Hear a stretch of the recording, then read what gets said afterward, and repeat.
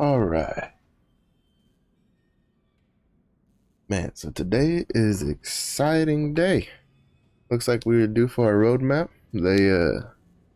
I know they posted one up and they took it down because apparently there still needed to be some adjustments made to it. But according to Rocks, she said that the adjustments were based on player progression data, which potentially means that the classes that were announced, because in case even though they took it down, a lot of like websites wrote articles about it. They still have them up. We know if if the roadmap stays the exact, like if the classes part of the roadmap stays the same, we have two classes coming over the next 2 months. One is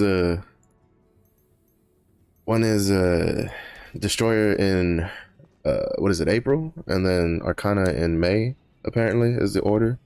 If that stays the same, I know some people are kind of hit or miss with the classes coming because some people wanted stuff like Scouter, Lance Master. I know a lot of people wanted Summoner. I am a little surprised that they chose Summoner Arcana over Summoner, seeing how Summoner was actually like available up until launch, basically. From a personal point of view, I'm excited.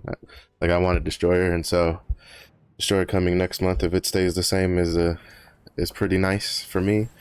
We'll see though. They've already said there's gonna be changes, so I'm not sure if changes means like, because they said player, like Rock said, player data, progression data was what they were basing the changes off of, and with that, it makes me feel like maybe the content part of it, like the content patch, and maybe like the catch-up mechanic part is a part they might change, if any. Which I didn't get to see the roadmap, to be honest. Like by the time I was able to finally sit down on my computer today, the roadmap was already taken down. But I read I kind of speed read through some of the articles because content wise, I won't lie, I don't really care too much. Like I'm not a bleeding edge kind of person. Like I doubt I'll even be anywhere near 1370 for when Argos comes out, if he still comes out, like, this month, which he probably will. Just don't know if it'll come out this week, like a lot of people were saying. So I'm not too much in a rush for that. If we get any honing upgrades, that'd be nice, but I don't really see it as big of a deal. I know a lot of people are, I saw on the forums earlier, I kind of like started looking around. A lot of people were like clamoring at the, they were chomping at the bits for some honing rate increases and stuff like that, since that like 13 to 15 bracket in tier 1 and tier 2 to get to the next tier is can be pretty brutal. I mean, for me that bracket starts at like plus 11 to plus 15, because that's usually where my bad luck starts kicking in. So we'll see. I wouldn't be surprised if they at least maybe for like tier 1, maybe they'll do like some honing upgrades and maybe leave tier 2 the same. I do know they still had that like kind of botched what was it, the pre-release notes that had the like 100% had the 100% honing rates with the level skips for tier 1 and tier 2, and which we knew that wasn't, they told us pretty quick that was inaccurate, and as we learned when the game launched, it was very inaccurate. I was apparently, like, if you watch some of the if you watch like Saint Tone or something, you would know that well, we don't have honing rate increases, especially for like tier, like, thing like tier 1, tier 2, well, like for tier 3, because our tier 3 honing rates are like what they originally were, apparently, for like Korea on release, but our gold cost for them is cheaper, so they're not as so in the material side of things, it's it's pretty expensive, but on the gold side of things, which I think is a bit more important, it's definitely significantly cheaper than the Korean side, since we're still pretty, we're still missing a lot of the higher end stuff. Apparently, I think Argos gives like 1,000 something gold when you complete them, or something like that. So You know, still a little expensive to hone at tier 3. I think, to be honest, like,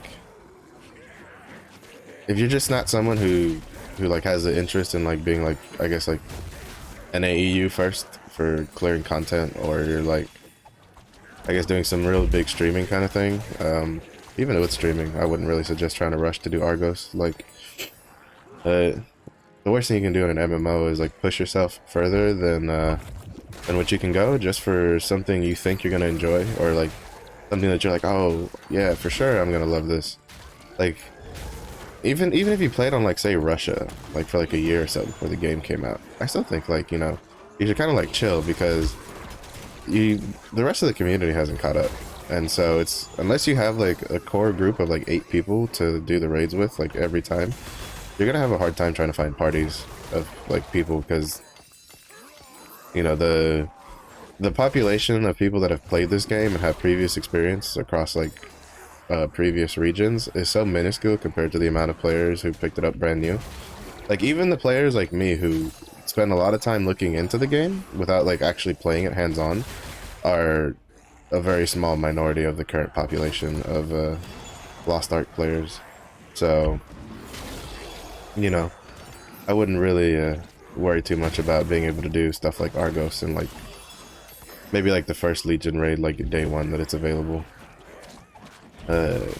So yeah, aside from that, I got some pretty good progression over the weekend off stream. I was able to finally get the Song of Harmony from Harmony Isle on yesterday, so I can start doing that daily again.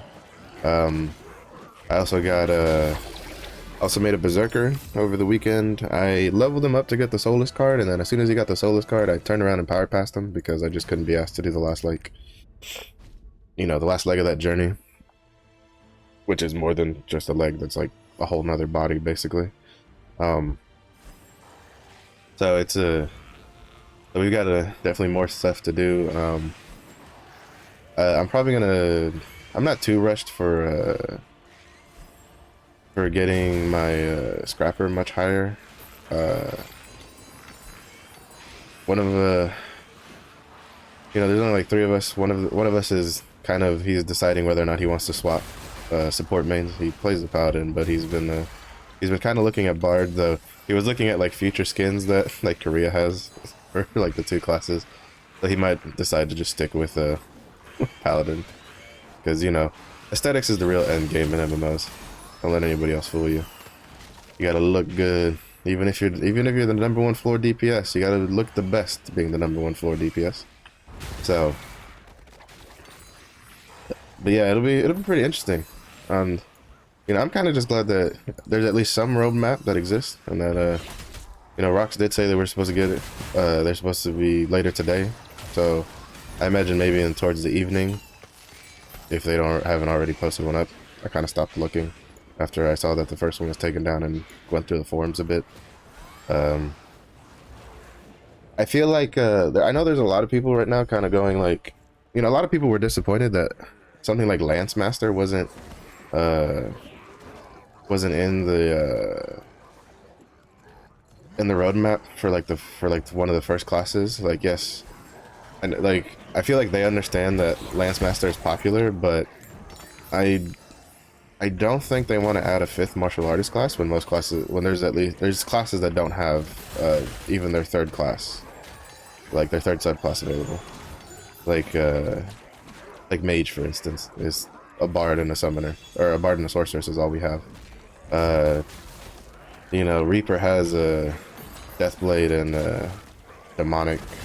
So I wouldn't be surprised if Lance Master and Scotter are maybe some of the closer to the end of the list, or maybe it'll be like, maybe they'll do it for like the summer when they know a lot of people are, you know, on break from school and stuff like that, and they can, and you know, summer is one of the times that a lot of people spend money on games, so that'd probably be a good time for them to like release like Lance Master and Scouter to, you know, pull in the money with the costumes and stuff, and people buying materials, like, you know, buying gold to through the Royal Crystals system to you know, boost those classes. So I wouldn't be surprised for that, for maybe like June, July.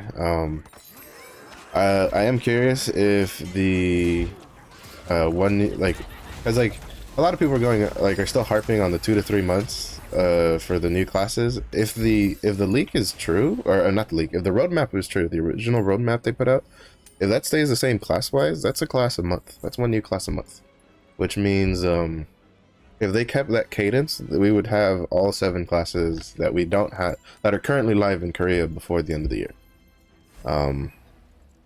Now I don't know how that like translate to new classes released from now and then. Oh fuck yes. Yo. Where are you? There you are. Holy shit. I'm pretty lucky. I think I got the helm to drop like I wanna say like a week or 2 ago was when I had the helm drop. So yeah, I'll put 4195.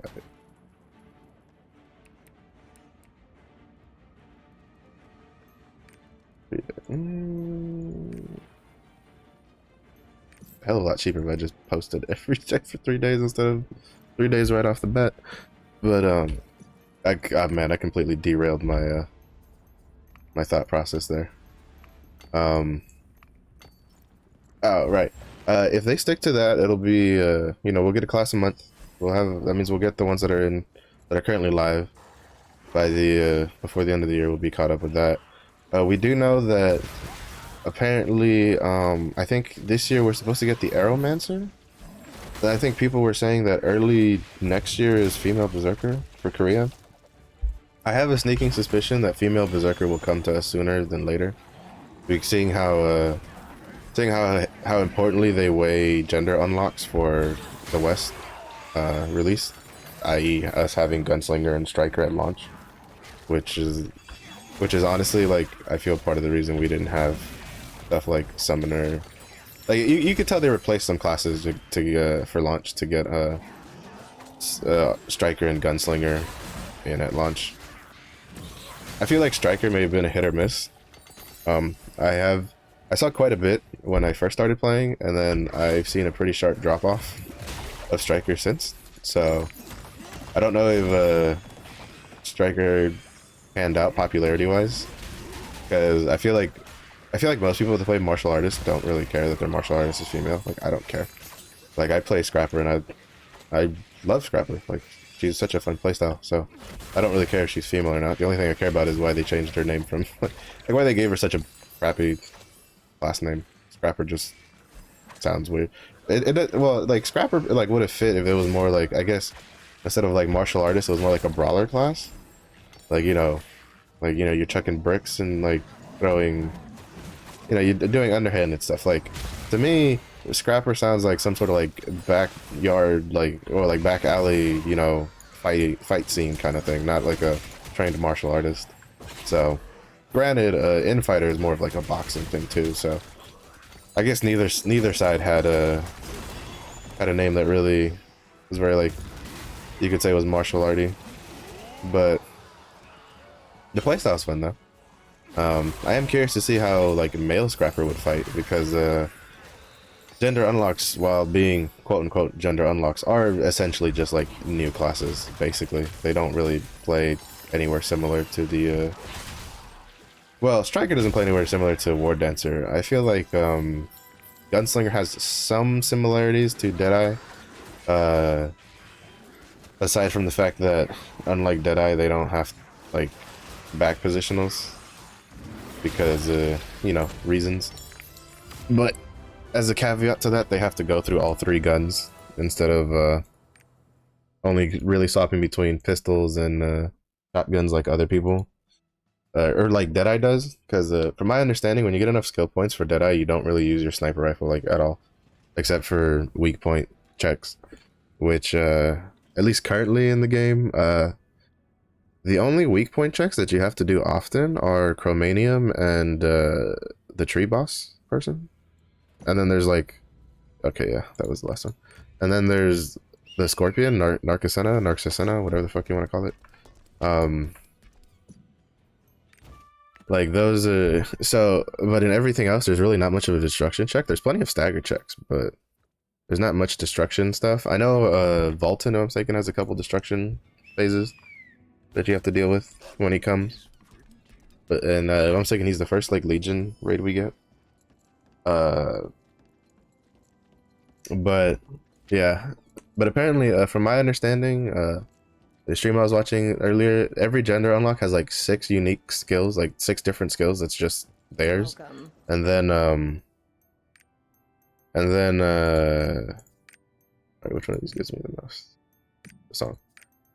And then their awakenings are like unique to the gender unlocks. Because I can tell you for sure, Striker and Scrappers, or Striker and War Dancer's first okay,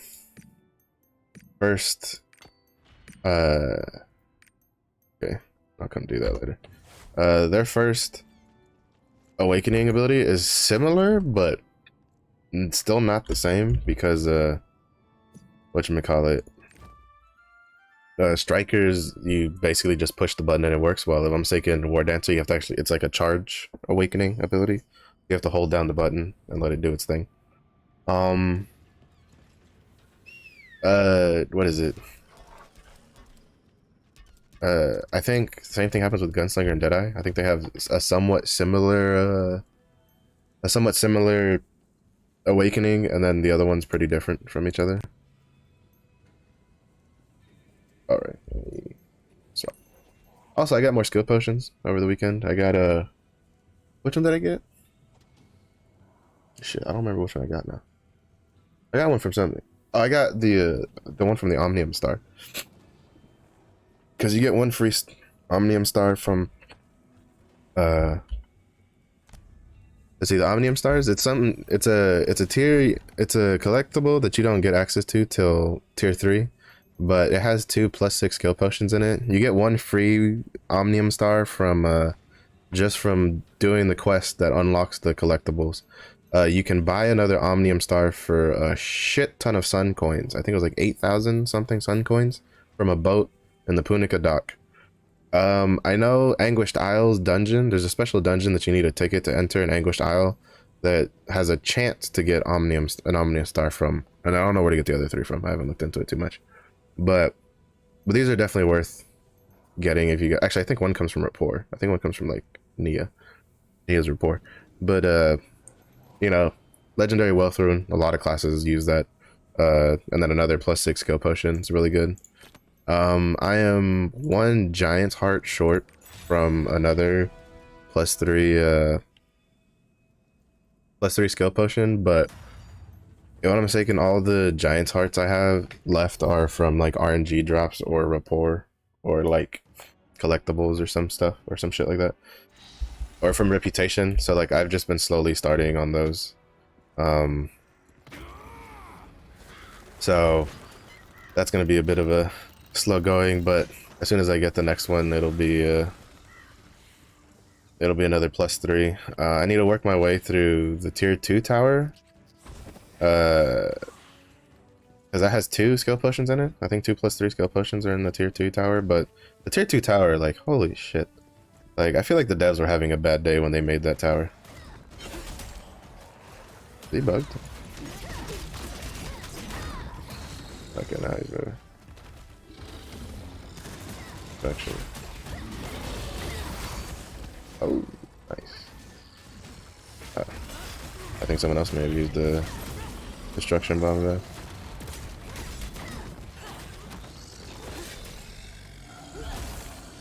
Hit him with the angle, baby. Get him with that uppercut.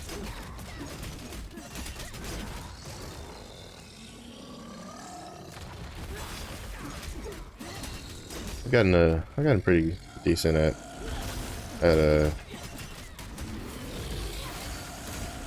countering Chromanium, especially after I did that one like accidental solo run that I wasn't really planning. I got a decent hang for the for where to aim the counter when it's from a different angle.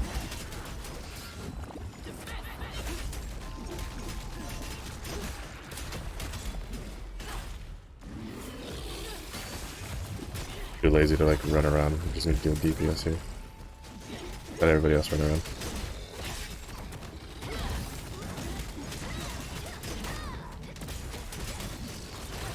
Also, I leveled the Berserker because I had a feeling that I like heavily armored classes. I won't lie, I slightly regret making one now if the roadmap ends up being true, because to be honest, the biggest reason I made one was Copium for not having Destroyer, and I wanted like a heavily armored class.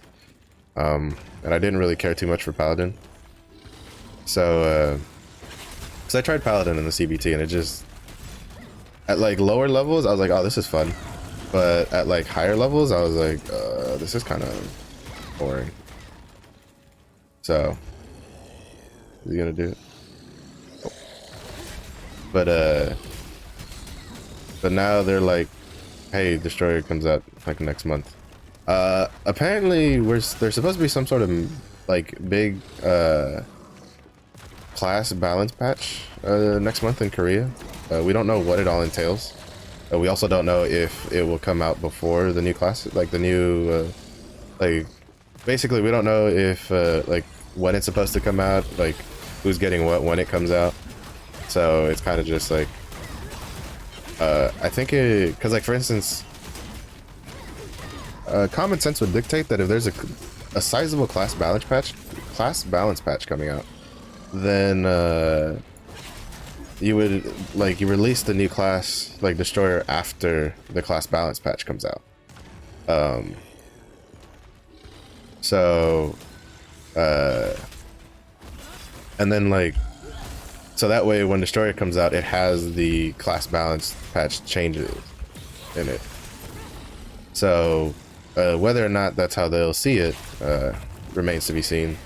To me, it doesn't really make much of a difference. Well, I guess it kind of does make a difference because there's rumors that in the class balance patch, classes like Destroyer, Arcana, Summoner are like due for like a big rework. Oh shit, I thought I was out of that.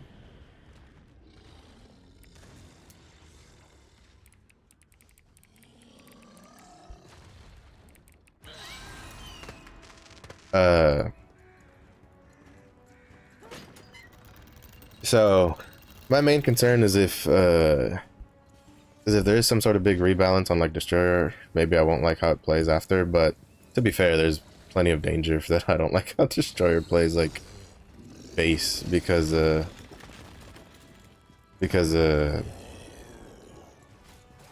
has a pretty sizable whatchamacallit,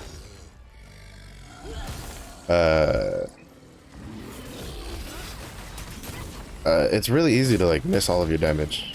It's just that unlike other classes that have that problem, like Soul Fist with their like Spirit Bomb,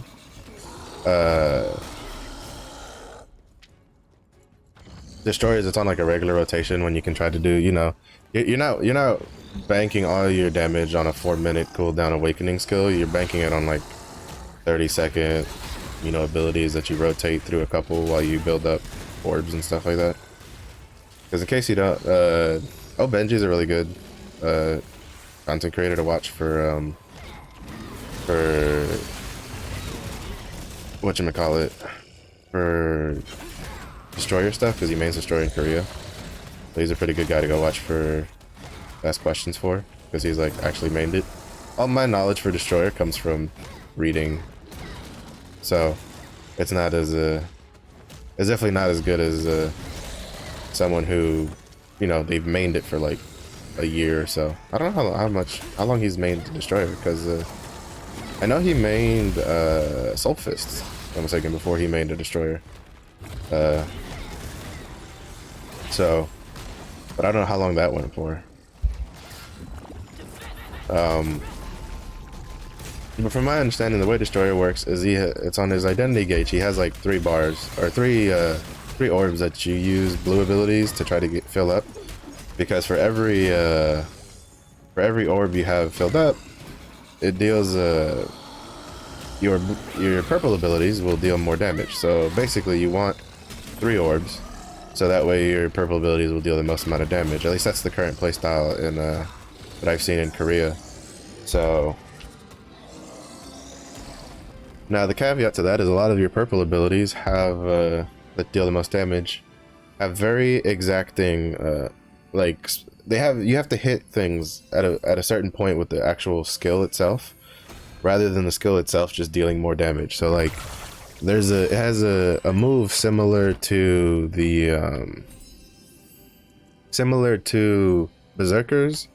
So if you don't know Hellblade, Berserkers, it's the animation where they shove their sword in the ground and then when they like and then they slam it down again and then rocks come out, like, you know, it has rock spikes. Well, destroyers have that, but they have like a bigger one, and then they have a tripod that most of them take where if you hit the boss with the edge of the, like if you hit him specifically with the spikes, you deal much more damage than if you hit him with the like, you know, with like the middle part of the move or whatever. And then they have another move, I think it's called full swing or something like that, that uh also has that same tripod that you get where it deals a crap ton more damage if you hit them with a specific like part of the swing instead of like the, like, you know, it's, you're supposed to hit them with like the actual like hammer part of your weapon and not just like stand inside their model and hit them. And you get a, for that one you get a cha-ching sound when you get it to know if you hit them or not. But the point is that on top of that, they have the opposite problem that back attacks have, because destroyers are a front attack class. From what if I'm not mistaken, like all of their major damage abilities have a front attack attribute on them. So if you've seen any, like, I mean, it's tier 1, tier 2 bosses, and they like to, you know, spin around like they're dancing on a stripper pole. The tier 3 bosses also like to do that. And so a lot of times, you know, I've watched like, oh, Benji, really? Bro, he was like staring right at us as we were ziplining. I've watched him like basically perfectly line up a hit and for whatchamacallit. Like I've seen him perfectly line up a full swing hit, and then the boss just goes like fuck you and just turns away from him. And it's, on one point it's a little funny, on another point I feel like I understand his frustration, because that shit sucks. Like, you know, you're trying to play with the best of your ability and then the boss is like, you spin me right round, you know, like, yeah, it can get a little frustrating. So but then again, I also know what I'm getting into because I've been looking into destroyer content for a long time now. So for me at least, I am already prepared to be crying every time the boss decides to like move away, like, you know, turn away from me whenever I try to deal damage to him. So, ooh, he's starting out with those, huh? So it's just, oh, we have a Deadeye. Ooh, I think, well, I was planning on making a Deadeye alt soon, when I get, like, after I'd gotten the Berserker up to like tier 3, but with the new classes coming out, like even if they change it to something else, there's other classes I'm more interested in than the Deadeye, like gameplay wise. Like the Deadeye aesthetically is a class that I really want to like play, because I just like I like the whole concept of like walking around with a crap ton of guns and just like shooting bosses and like throwing guns and flipping around. It's like, you know, it's, to me, like that shit's like awesome. But I also know I'm gonna get frustrated trying in the process of like learning how to like play the class, because it's like I have to, you know, you're adding like, you're not just adding an extra hotbar, you're also adding the button involved to swap between like shotgun and pistols and stuff like that. So it's definitely one that takes a lot of like muscle memory. But I feel like any other class, it just takes practice. Once you get practice, it'll come easy to you. Once you get your brain, like, your brain's on the wavelength of, you know, this is the button you swap for stuff. This is, you know, that kind of stuff. It's probably not that bad, but if we're getting like Destroyer next month and then Arcana like the month after, like, Both of those are classes that are higher on my radar for playing than Deadeye.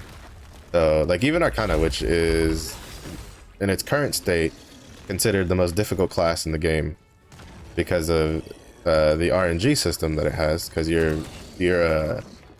from what I've heard, your rotation changes based on what cards you're getting. Ooh, poor Deadeye. So I guess it's a very highly reactive like class. Like you have to constantly be paying attention to what cards you're pulling. Whether or not it'll still be like that when it comes to the West, we'll find out. Come on, give me no, I'm on counters, not stomps. You gonna do the other one?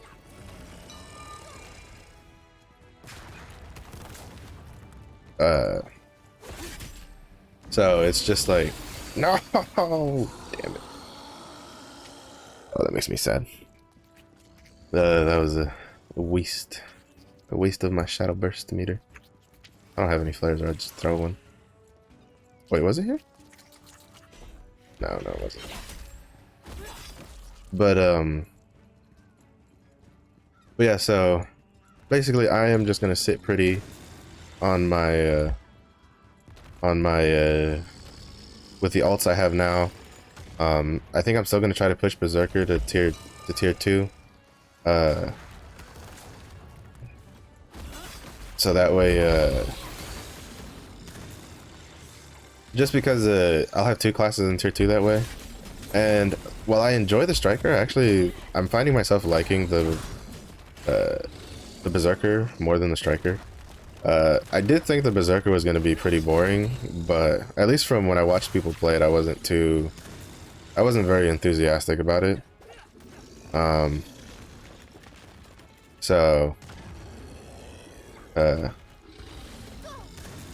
But after actually playing it, I'm like, that's not bad.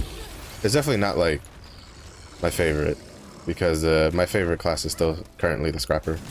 So, but it's definitely solid. It's a nice change of pace. It has I think unlike, like most people are running Mayhem Berserker, I'm definitely going to play like Berserker's technique, because I kind of like that playstyle a little bit better.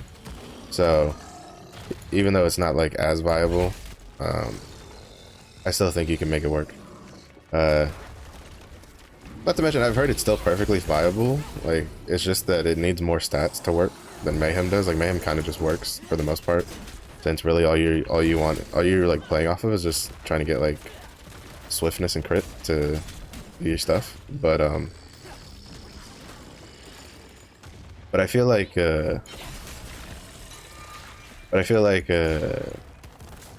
it's still good. Like Berserker's technique is still fun. I like the whole using abilities to, you know, build up meter and then go into the rage form.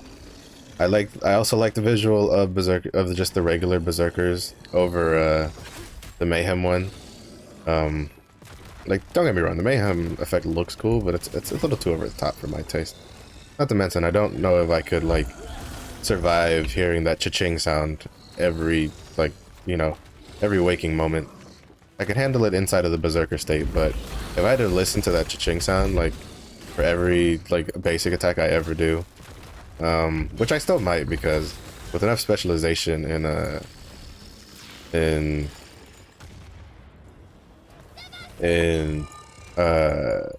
with Berserker's technique in tier 3, you probably do spend quite a lot of time in Berserker form. I still think it'll give me some sort of break from having to listen to the cha-ching noise all the time. That's what little bit I've had to hear it now while leveling, and I'm like, oh my god, could you really not have chosen like a better sound for that? Like, you don't sound like you sound like you're racking up points at an arcade rather than you know, swinging a big ass sword to kill people with. But you know, I guess it's good enough that they haven't, you know, people like it enough where they didn't change the sound, because sound is definitely one thing that, if, he's doing that stomp a lot this time. Can you do it again? Nice. Sounds are definitely something that I don't feel like are too difficult for developers to change if people don't like them. So, can you give me a counter, please? I missed the last couple. I'd very much like a counter.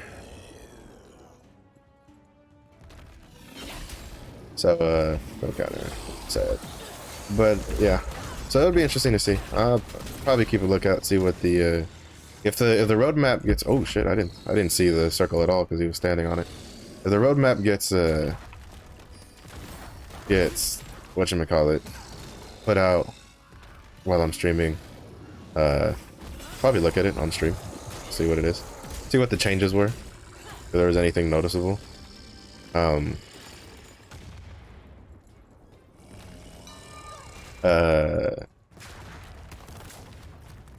If not, after stream, you know, I'll probably just talk about it tomorrow if it gets put up like after stream.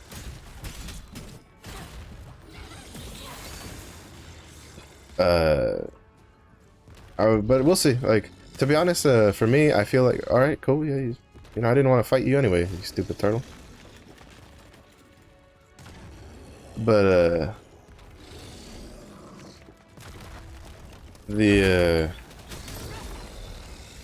I definitely am in the camp that I kind of wish they would release. I feel like they should put more classes on the roadmap at least. Like, even if it's not like more in the same month, they just put more classes. Just be like, hey, yeah, the you know, April, May, June, you're getting a new class every month, like something like that. If you're gonna stick with the one class a day thing. So, but I do feel like people are giving Amazon a little bit too much. Like, Amazon is definitely not the sole decision maker and what gets released. I'm pretty sure Smilegate has plenty of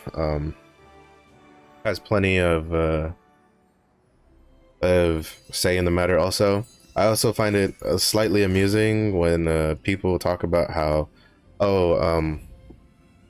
staggering the release of like classes is bad for the game because people won't play it, blah blah blah, acting like they don't have 3 regions worth of information to pull from their decision making for the staggered like class releases and stuff like that.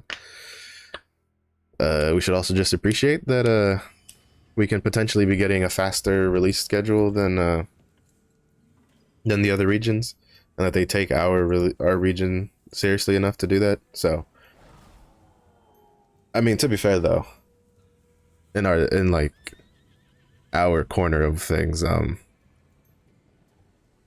our region, probably the only real region that would contest with us for like probably making money for them is probably their own home region for Korea, because Eastern gamers are generally much more willing to spend money on things than like Western gamers. Like, that's just a fact of life. So, you know, but I've heard that the Japanese region, while still like as players, wasn't very active. No, I don't know how accurate that is because I haven't, like, anybody I watch isn't actually playing on the Japanese server. Everybody I watch they either play on our version or they play on the Korean version now, and then before our release they played on the Russian client if they weren't playing in Korea. So I don't actually know how accurate that is for the Japanese one. I'm actually kind of curious how the Russian servers are doing, because I feel like they probably took a decent sized hit, since people were even saying that apparently some of the more serious Russian guilds came over to the EU version of things because they just wanted to like, that's where the more core players were at, you know. A lot of core guilds and stuff, especially for like PvP, they'll eat the ping loss a bit if it means having like a better community for, or a better sized community for stuff. So, like, I know it was before the NAEU launch, and a lot of anybody who played a lot of PvP on the Russian server that made it up to like Grandmaster weren't very happy, because a lot of times they would get like pitched against people in like Diamond and Platinum and stuff like that, just because there just wasn't enough, like, there wasn't enough people playing at all times of the day to like, you know, have suitable matchmaking available. So Let me see. Alright, I need to see all this shit.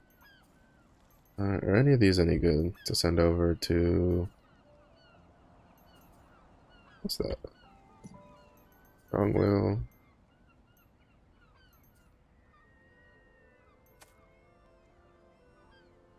What does this do? That's kind of whatever. Master Brawler. I feel like that's another one that's kind of whatever. Yeah, head attack damage. That... See, this might be usable if for Destroyer. And I'd probably keep it if it was like a tier 2 one, but for tier 1, it's kind of... It's whatever. That's expertise. Oh, I need to keep some of these to send over to... Let's see. Swiftness I don't need.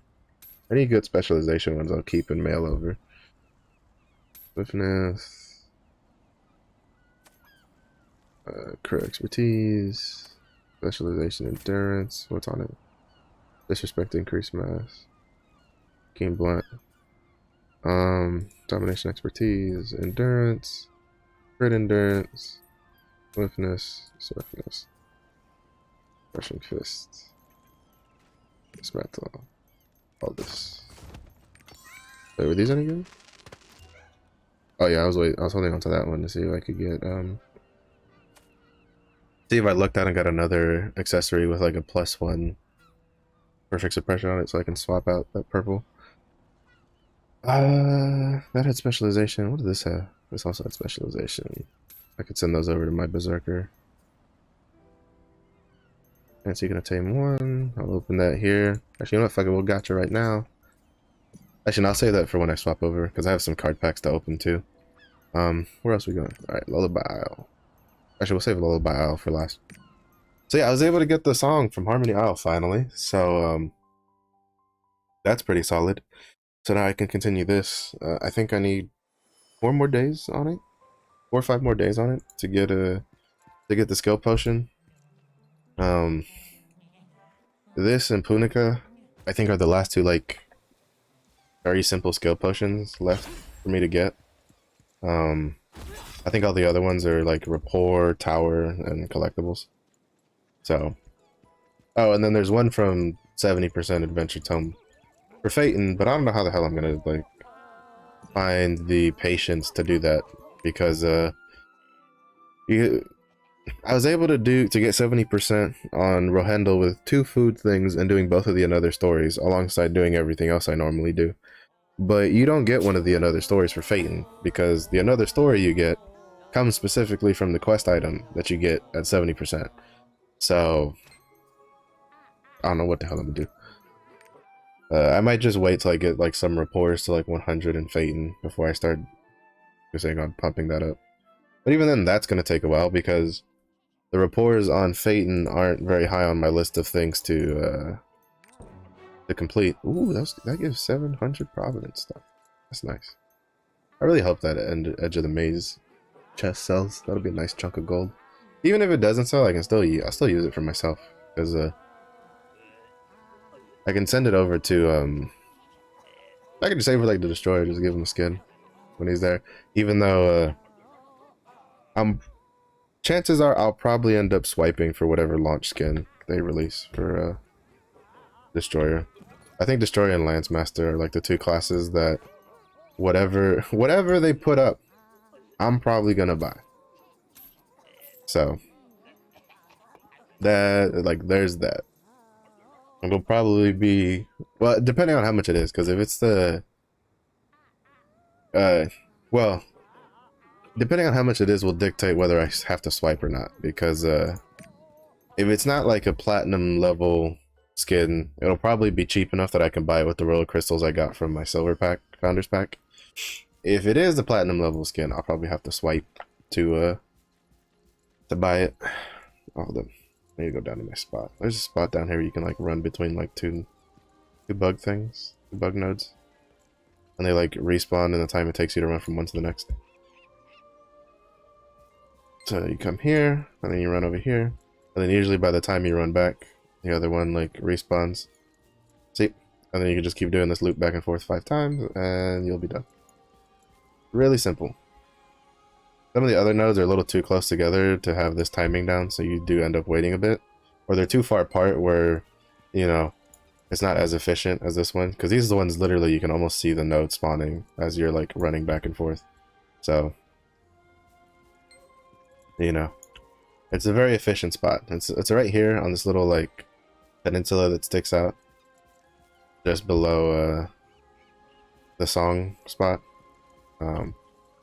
Which, as long as nobody like competes with you for it, it's very very quick and painless, and boom, you're done. I don't know how much more I have for this reputation actually.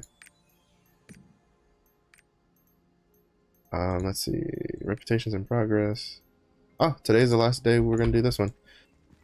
So we'll be done with this reputation. I think this character I might start doing some of the low-paying dailies. There's an island called Lopang that when you unlock their dailies they give silver, and I'm thinking they give more silver the higher you go. Alright. I'll close that. Ta-da! Alright. So we can take that off. I don't know what I'll replace it with, but that is a problem for later today, because I think I'll probably do it like off stream. Make those kinds of decisions. Just gonna move all these over here. Those are bound. I have to mail those. Yeah, no, that's looking good. Alright, so I have some card packs that I'm gonna open. Except for you. You specifically can like, you're gonna sit there for a while. So like these card packs, it's not many, but it's enough. So I'll open them along with these 10 random engraving books. And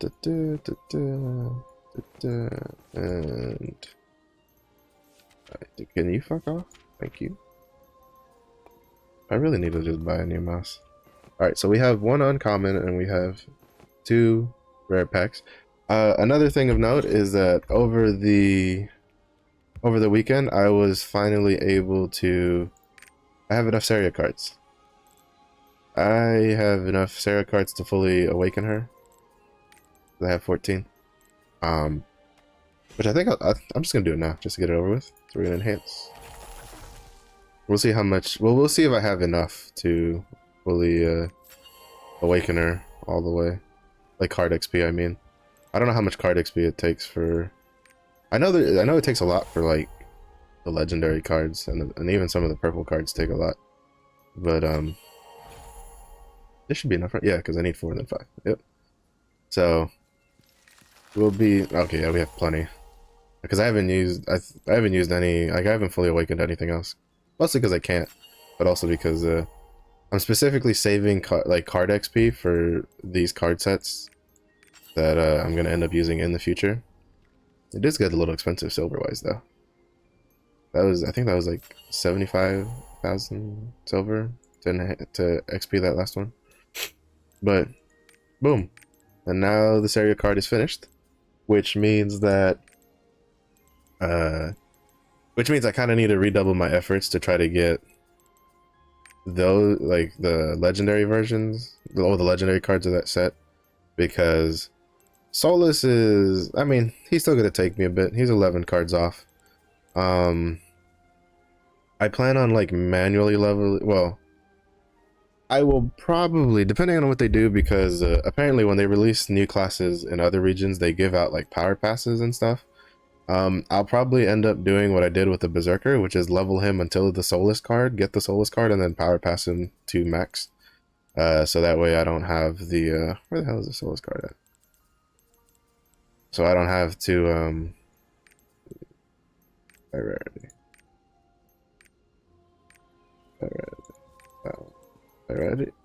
Alrighty.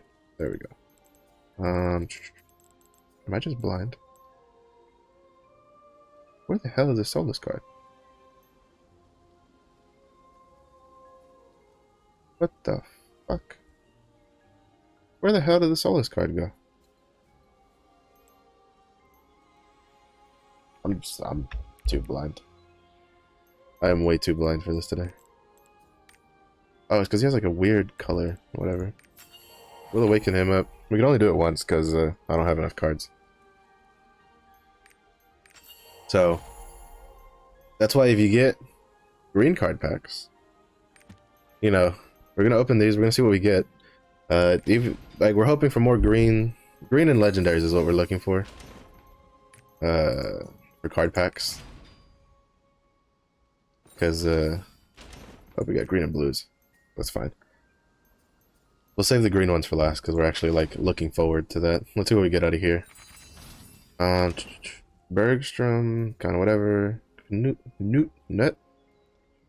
These nuts, alright. Good to know that has a card. Signatus, that's a cool looking mech. Nagi, Kizra, Velkin. Velkin? Oh, Ancient Beast. Celadon? Celadon? Oh no, weird name. Alright, come on, Solus card. We got one. Yo, today's a good day. I actually didn't expect to get one out of the 7. Out of only having 7 cards. That's pretty cool. Oh my god. You see, like, this is not me letting go of the mouse button, by the way. Like, I'm holding the mouse button the whole time when it just lets go of whatever. I also have to try to remember that when I end up deleting Shadowhunter in the future to actually, that's Nagi. She's a waifu. She gets saved in the card slot. When I do end up getting rid of the Shadowhunter, because I will get rid of the Shadowhunter, because I don't care enough for her to shell out the $8 that it costs for me to get a character expansion slot. So I'll just end up deleting her. To move all of her extra cards over. Because she has le shit ton of the cards. Because I am still delaying the inevitable, which is me having to expand my expend blue crystals to expand my could you fucking stop? Jesus Christ, my mouse is really like losing its shit today. But I'm delaying the inevitable, that is me having to expand my card slots. So, is that okay? That's bound to roster. That's fine. Empty some these out. Oh wait, no, that's the wrong tab. Put those in there. You go in here. You go up here. Go down here. Okay, and then we're gonna open the engraving books and we're gonna see if we get anything good out of these. Because these are random, so we'll see how our luck goes through. Broken Bone, MP efficiency, nothing really sellable. But my goal is to eventually fill out at least the engraving books, so it's not too much for me. Because most of these are going for like 1 gold. And well, most of them are being listed for 1 gold. I highly doubt they're getting bought. Because most of these really aren't that good. Ugh. I think this is one that I have. Yeah, that's one that I already have 20 of. Crisis Evasion. Master of Escape. Magic Stream. Yeah, nothing really good there. I need the mail. I need to write letter. Oh.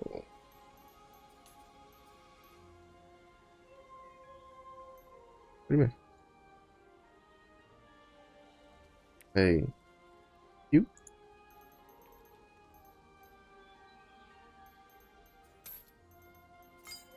Let's see. That's all I want to send. Something of note is, while it is free, in tier 1 you can send accessories to you can send accessories and ability stones to your alts or other people for completely for free. In tier 2 and higher, if you try to mail accessories to yourself, you will have to pay payons.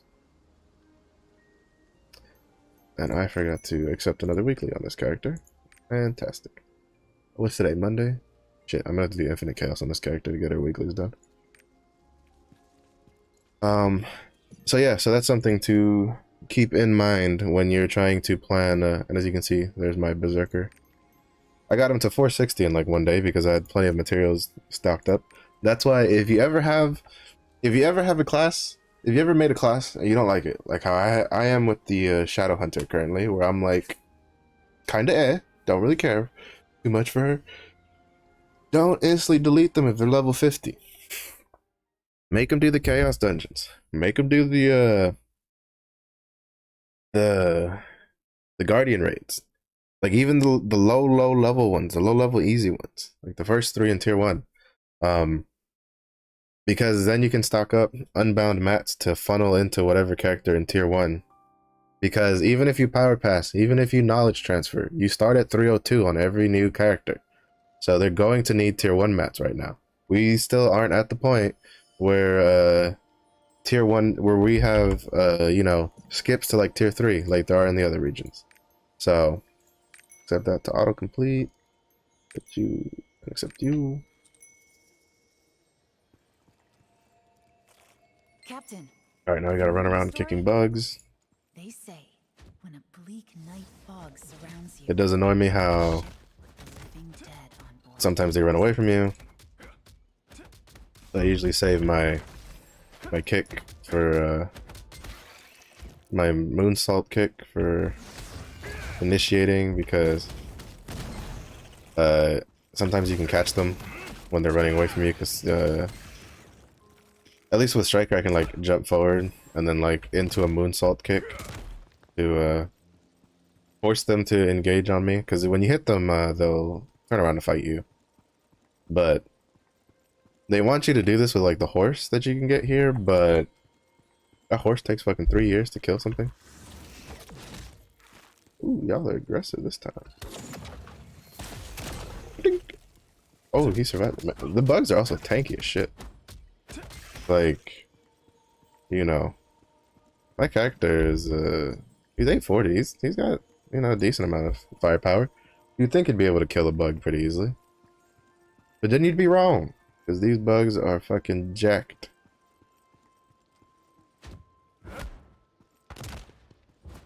Oh, bugs. I promise I'll only kick you like 3 times. Each. In the face. Oh my god. This is the annoying part of this quest. Sometimes you'll find like a big batch of them like all next to each other, and then other times you're like, where the hell are these bugs? If the event was here, this would be easier, because a lot of them just spawn. A lot of them just like spawn at once in this area for the that's what I'm talking about. Like, why is he running away from me? Get the fuck back here.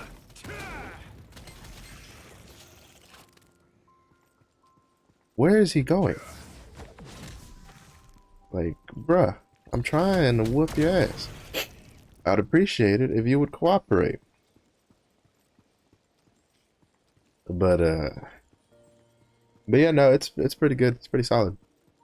This is the Unitas daily for the Giant's Heart, by the way.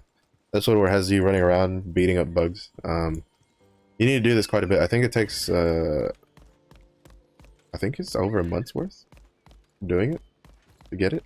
But you know, you do it once a day, you'll get there.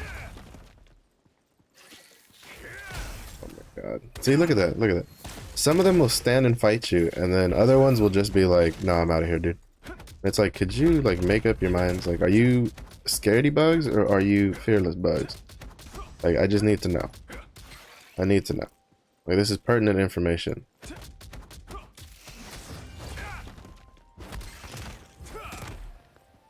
Like, please stop running from me. I don't play range classes. All the classes I play are melee. Like, I need you to stop running from me.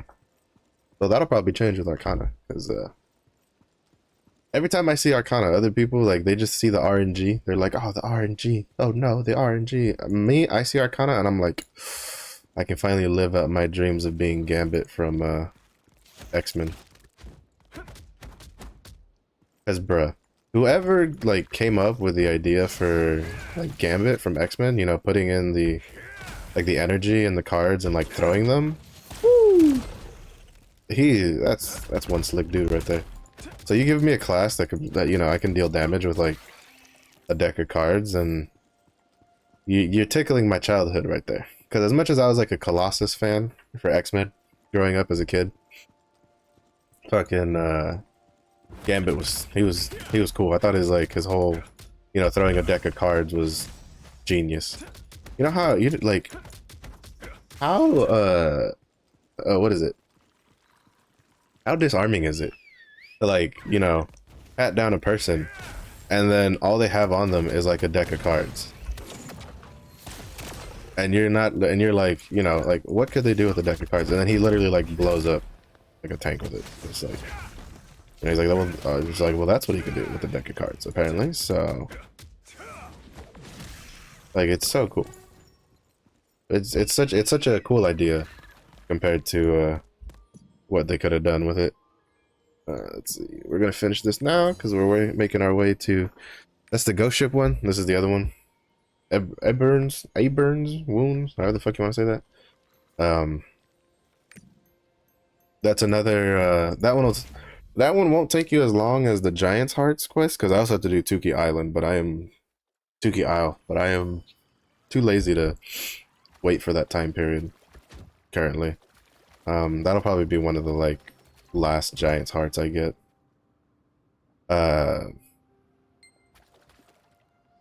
But the ghost ship is very important because the ghost ship makes it where you won't get the debuff when you go to do your weekly ghost ship. Because in case you haven't noticed, part of the reason that it's really hard to get ghost ships done is because every time you I didn't wait long enough. Every time you go, if you don't have a ghost ship yourself, you get a debuff that that reduces your movement speed and more importantly reduces your attack speed. A lot of people don't realize that when you're that reduced, if you have any sort of like movement ability, that ability it appears to scale off of well, if you have any damaging ability that has movement on it, so like Striker has that little kick forward, you know, stuff like that, like the moon kick, stuff like that, those attacks will come out slower and will take longer to actually, you know, actually be executed, which really slows down your damage. So the sooner you get the ghost ship, the sooner you don't have to worry about that problem. And it takes about 13 days to do something like that.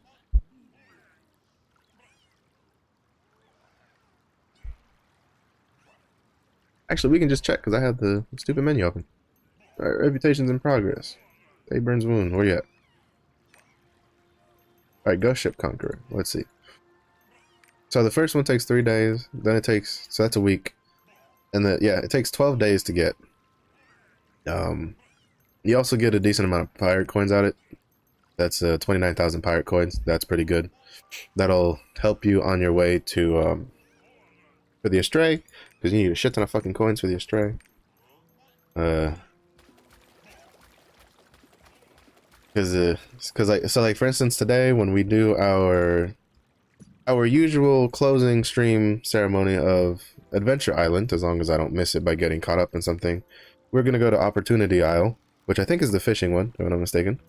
Yeah, because there's the angler's pouch, specifically because it gives us pirate coins and high sea coins chests, both of which you'll need a lot of,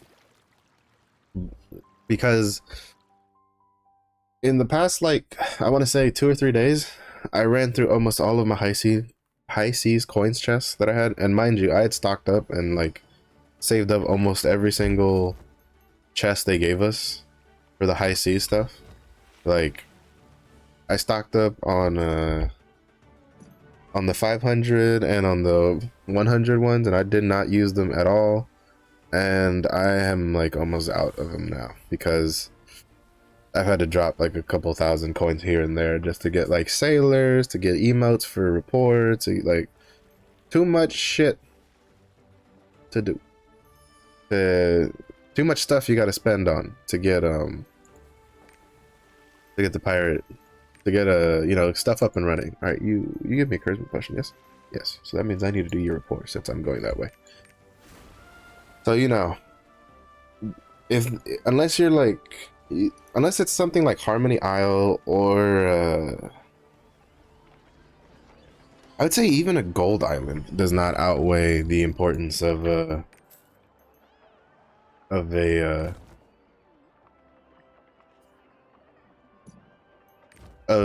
pirate coins, in my opinion, because you need so many of them for so many different things. Like I spent a lot of pirate coins. I spent, what is it? There are 3 giant's hearts you can buy, 2 of which are with pirate coins, and I think it costs like 30,000 pirate coins each. Is there a discount? And they're like 2 very easy ones to get, but again, that's like 60,000 pirate coins. One of them I think cost me high seas coins to get. I think it was like Ganea coins or Arcetus coins or whatever. The vendors are all pretty much right next to each other also, because they're all in that like Black Fang Den area, because it's like Black Fang's Den, Freedom Isle, and then Atlas Isle are the islands with the sails on it. Also, I'm sorry, I've been neglecting you. You were like the first, you were like the second waifu, because the first waifu was Black Fang for sure. But yeah, so you'll need a lot of pirate coins and stuff in the long term. So I don't think, I personally don't think that even the gold islands currently outweigh them. Granted, I don't think I've done a gold isle since I got to tier 3, so I don't know how much they give you at tier 3. I think they gave me like 400 at tier 2. Because I think they scale off of your like your gear score or item level, whatever the hell you want to call it. Also, people that are getting butthurt about people calling it a gear score or item level, like fuck off. Like you're literally the barista at Starbucks that corrects people with like ventis when they ask for large. Like people understand what people mean when they say gear score or when they say eye level. So just let it go. That's not a hill worth dying on. It just makes you look ridiculous when you try to like bring it up as a point of contention in a conversation. So, with that involved, chill out with that. All right? Nobody's gonna be too crazy. Nobody really cares. It doesn't make you look smart. So, with that's that's it with that soapbox, because I've seen a lot of people I've seen it happen in area chat where people be like, what gear score do you need for this? And they'll be like, oh, it's called item level. It's like, fuck off, dude. You know what they mean. If you know what they mean, there's no you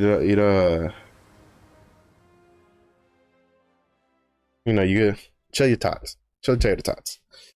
So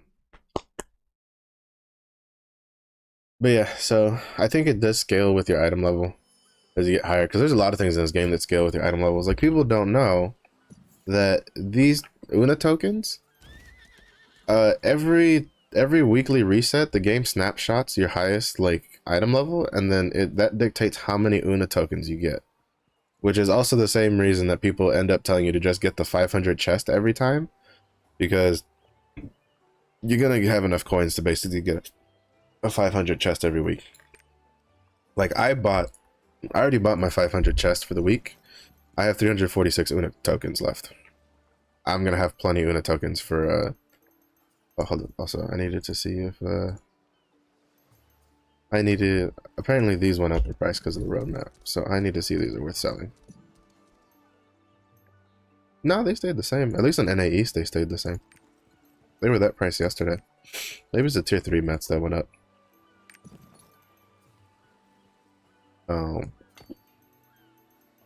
What about these? Does those go up in price? Sorry, I'm getting sidetracked because I'm trying to make money. A little bit.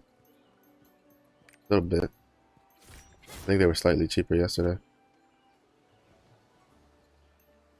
But even then, still not enough. So just gonna save it up for the berserker and stuff.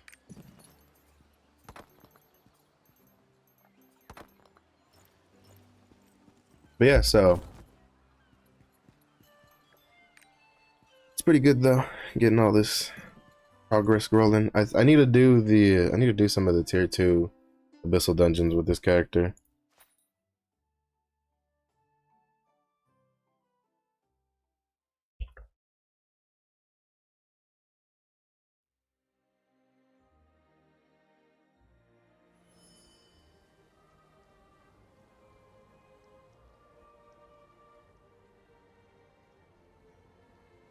So but that's a future thing. I think I'm gonna try to get him. I think I should get him to like 880, but that's gonna be done primarily with like bound mats. I need to buy his like. Since we're here, I'm gonna buy his like bloodstone stuff, and then I need to buy his pirate like his his pirate coin materials and stuff like that. Because Alventus is a good stopping point for the first one, and then eventually I'll probably get him to lava chromanium and then just leave him there. But I don't see myself getting him. I already bought them for the week. I don't see myself getting him to lava chromanium before I get the berserker to lava chromanium. So because well,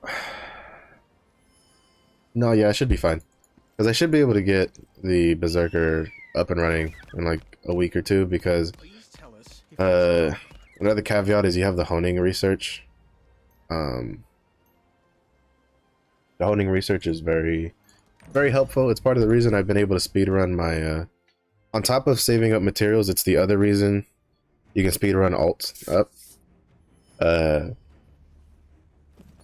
is because you get a free, what is it, like basically you get like 100%. Let me title these, because when I don't title these I have to look at what skills are on the bar to see if it's actually my chaos build or not. Okay, there we go. Because it makes it so it's cheaper with the fragment side of things, and then it also makes it so you have a higher percentage chance, period.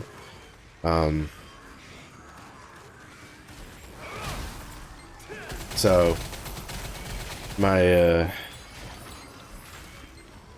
my berserker is you know, he made a lot of, like, again, he literally just got to 50 yesterday. Oh, I forgot I had gotten the second tripod on that.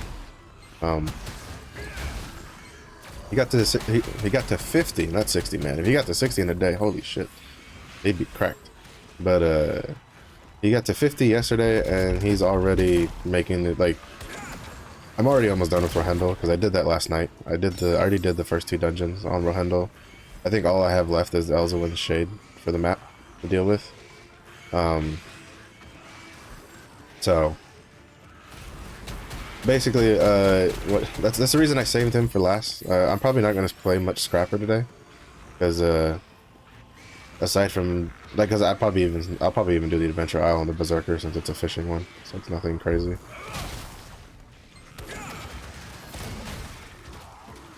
Oh, I thought there was more mobs in that direction that I was facing. Guess not. But I'm gonna finish him up in Rohendel. And then I'm gonna try to gear him up as much as I can. His biggest roadblock right now is fragments, or the shards, the shard currency. Because he has a plethora of other crap. So, alright. For some reason I thought I was on the 3rd floor already. He's got a plethora of leap stones and guardian and destruction stuff. So, what he really needs is like fragments, or the shards, whatever the fuck you want to call them. I've heard them called so many different things. Little green rock things that you use. So like, that means I probably won't be able to save his chaos dungeons, but to be fair, I just do like 1 chaos dungeon, and then I'll like see how much I can hone upwards, and then I'll do the other chaos dungeon, and hopefully like at a higher gear score than than what it was. So, but yeah, but I'll probably do like I'm gonna finish Rohendel.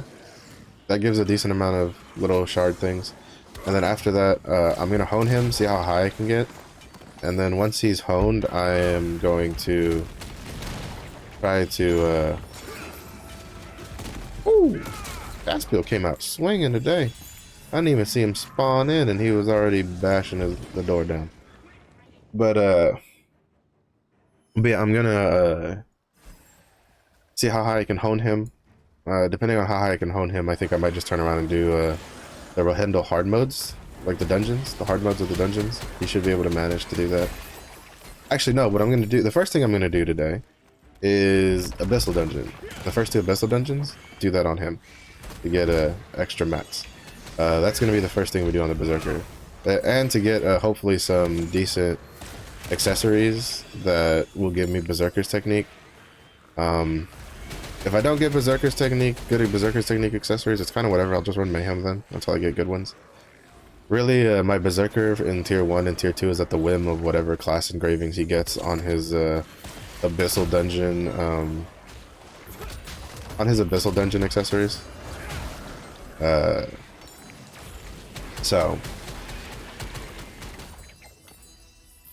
I'm not too, I haven't tried too hardcore to plan what he has, specifically because of that. I'd like to do Berserker's Technique, because it seems like, because even just doing regular, like the regular Berserker right now without the Berserker's Technique, so with the cooldown, because the thing with Berserker's Technique is it also takes the cooldown off of your Berserk bar, because when you go Berserk, you have to wait 30 seconds before you can re-enter the state. And like what they don't tell you is like Mayhem actually has that also. Like you have to wait 30 seconds when you come out of Mayhem to go back into Mayhem.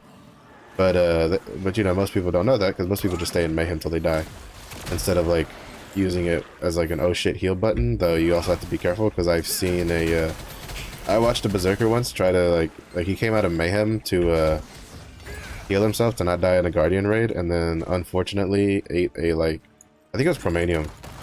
And like he kind of did it in a bad spot, so when he came out of Mayhem, he then instantly ate like a Chromanium stomp, which killed him, because when you're out of Mayhem, you also don't get any of the damage reduction. So you know, you do got be a little bit careful with it. But for the most part, I think most people just stay in Mayhem till they die, especially on a Guardian raid, since you have the respawns. So. Yeah, so, you know, just get these dailies done real quick. I don't know if I'll do his Guardian raid today. Mostly because I just want to spend more time on the Berserker right now to get him up and running. Because the sooner I get him out of like Tier 1, the sooner I can start saving those Tier 1 mats for the off chance that that Destroyer still has to start in Tier 1. I highly doubt it. Personally, I feel like if they give us a like power pass specifically for Destroyer, it'll probably be to at least Tier 2, if not just straight to Tier 3. But it also kind of depends, because if they're redoing the roadmap due to player progression data they received, that probably also means that players are probably going slower than they expected,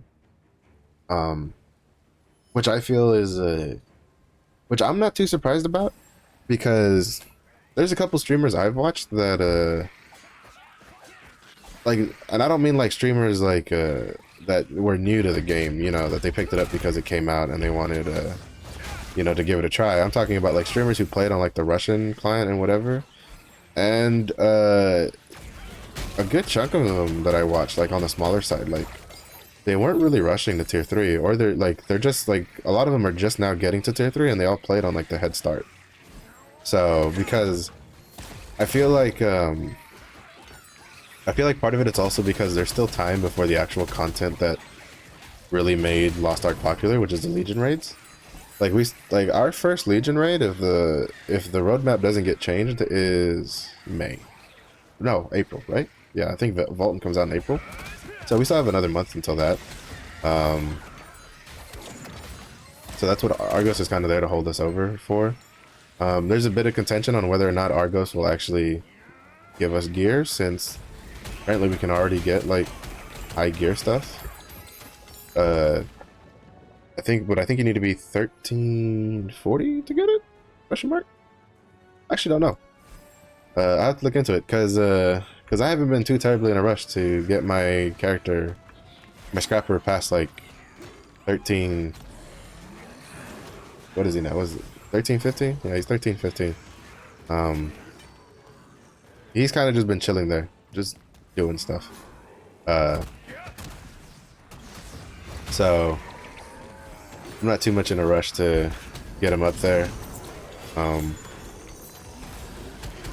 Even though I kind of want to do the 4-man. Part of the reason I'm not too much in a rush is because also that first 4-man armor set is pretty bad. And since we get purple gear out of Chaos Dungeon, it doesn't even have the bonus of like higher stats than your Chaos Dungeon gear, because Chaos Dungeon's also purple rarity.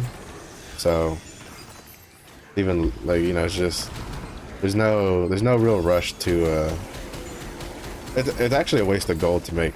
The only reason I would consider making any piece of the purple abyssal dungeons set for tier 3 is specifically because I do not like how the Chaos Dungeon armor looks on Scrapper. Aside from that, like, if it wasn't because of that, I probably wouldn't touch, I'd do it just for the gold. Like, I wouldn't touch the I wouldn't even touch the raid if it wasn't for the gold. But gold is gold, you don't give it up. I have seen people do the abyssal raid though. I mean, like, it looks fun. It looks hard, but it looks fun. Because it's another 4-man, so. I'm also kind of looking forward to Argos. I think this weekend was also the first time that like all 6 of my group was able to like raid together in Lost Ark, and we had a pretty good time doing the Gate of Paradise, the underwater tier 2, the underwater tier 2, whatchamacallit, abyssal dungeon. Alaric was the biggest roadblock, which I think is just the way it is for everybody because of his he's got so many things going on at once that it's a little hard to tell what the hell's going on. But we still downed him. I'm pretty glad. I kind of wanted to get an Alaric kill, and even though I was in tier 3 when I got it, I was still like, I wasn't I think you have to be 1370 for you to not get rewards from it, so I still got gold and stuff from it, so that was nice.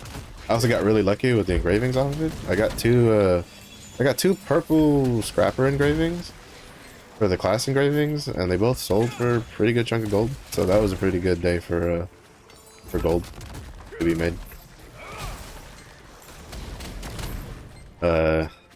Today's another Chaos Gate day, so that means another tier 3 map, so that'll be nice. It is a little debatable on whether or not it's worth doing a tier 3 map right now, or a tier 3 Chaos Gate over a tier 2 Chaos Gate, because well, actually with the roadmap, the harmony, like the shard pouches for tier 3 might start going up in price. Because the biggest reason I feel like is like, what is it? The last time I looked off the shard pouches, the tier, you could buy like 4 tier 3 shard pouches for the price of like 1 tier 1 shard pouch. So that just shows you that part of that I feel like is just because there's more people in tier, like, trying to get out of tier 1 than there are people in like tier 3. So not bad. So it is a little debatable on whether or not it's actually worth doing like tier 3 chaos gates, but my outlook on it is more towards the future of, for personal self, to just build up as many shard pouches as I can to kind of like, for whenever I get a new character into tier 3, I think I just autopiloted straight into a 3rd chaos dungeon. Yep, sure did. Oh well, we're doing it live, baby. But whatchamacallit, the I lost track of my train of thought there. Getting old when that happens a lot. What was I talking about earlier? Oh, I was talking about shark patches. All right. So my outlook on it is I'm using it to save up shard pouches now, so that whenever I get a new ult into tier 3, I have shard pouches for them available. If they give us some sort of system, you know, immediately with these new classes, where that's kind of redundant, then I'll just sell my shard pouches. They'll at least give me something of worth, my tradable ones. So I don't really think it's too big of a concern. Oh my god, it's the fucking goblins. The goblins drive me crazy because there's some goblins in here, like some goblin mobs that are like, yeah, yeah. They do like the shorts, like the high pitched screams, like yeah, yeah. And it's just like, oh my god, please stop. Please stop it now. Thank you. Give me speed boost. Thank you, thank you. Muchas gracias. Vámonos. And so, but yeah, like, I definitely think like tier 3 maps are probably still pretty worth. I also think they have a higher chance of giving you class engravings, so because we did on the weekend, a couple of us got together and we decided to we had a bunch of maps saved up, and so we did them all in one go. And when we did our tier 3 maps, we got a lot of, like, each of us got at least like one class engraving. But then when we started doing the tier 2, tier 1 maps, like, we would rarely get a class engraving from doing it. Even though one of the guys I did it with was like stupid lucky and kept getting all sorts of fucking masterpieces, and it's like, yo, you want to share that luck, buddy? I too would like to have that collectible done.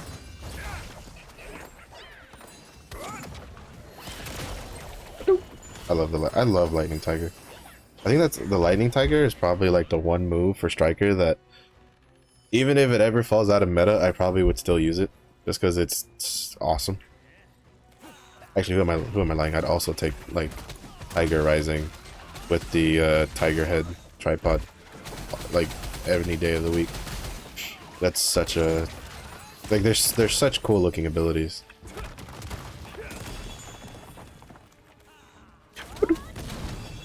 Look at that big old tiger head just pop out of the ground. Oh, cool. Oh, fucking cool.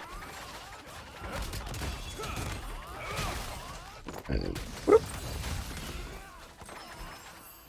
Looking good, looking good. I also like how Infinite Chaos is actually worth doing to save up, because while the whatchamacallit, while like the mats that you can buy from the Chaos vendor aren't tradable, and while you would have to pay pay-ons if you wanted to transfer accessories to another character if you bought them on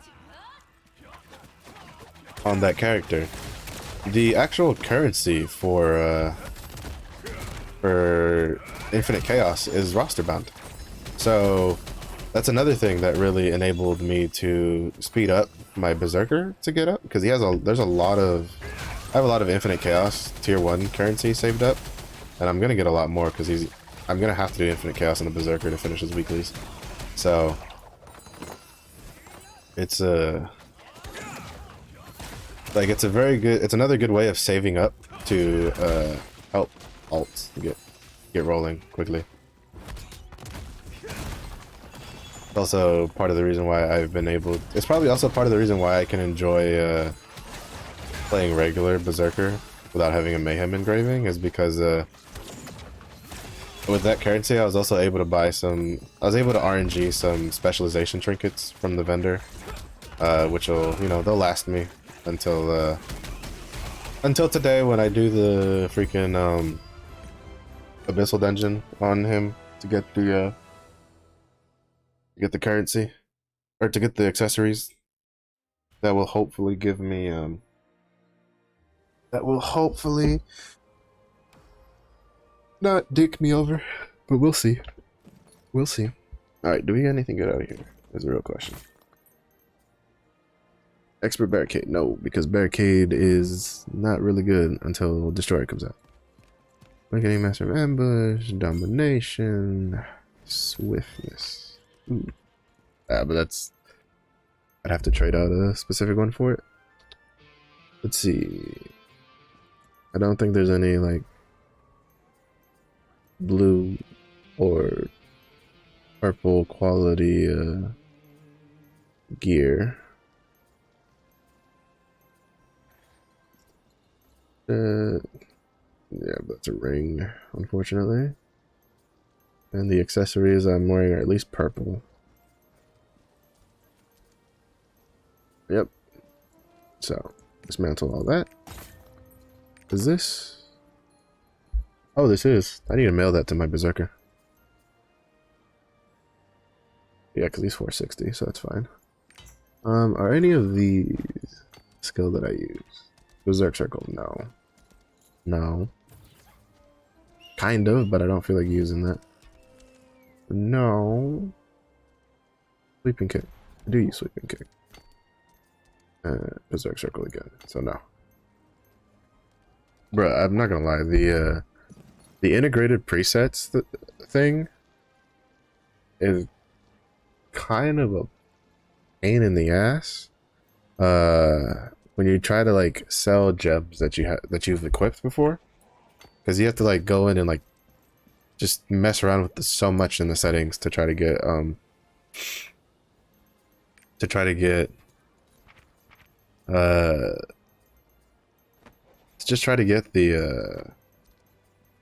gem to be sellable, because it won't let you sell a gem if it's in your preset. And I'm just like, bruh, like maybe that's an option, maybe that's what it is. I need to look in the options and turn that off or something, but it's just it's mildly annoying. Okay, I think that might be everything for the dailies I want to do on this character, because I'm pretty sure I have. Yep, that's done. These are in progress. I think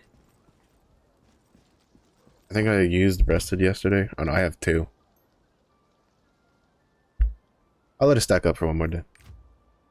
I really want to get the berserker done, so gonna get on the berserker. We're gonna finish Rohendel. Once we finish Rohendel, I know I said I was gonna do the Abyss dungeon first, but that's a lie. I'm gonna do the Rohendel, then I'm gonna do the Abyss dungeons, then I'll do his dailies if we have time. We should. There's like 2.5 hours left for the end of the stream, so we should be able to get him done, because I got most of his questing done yesterday.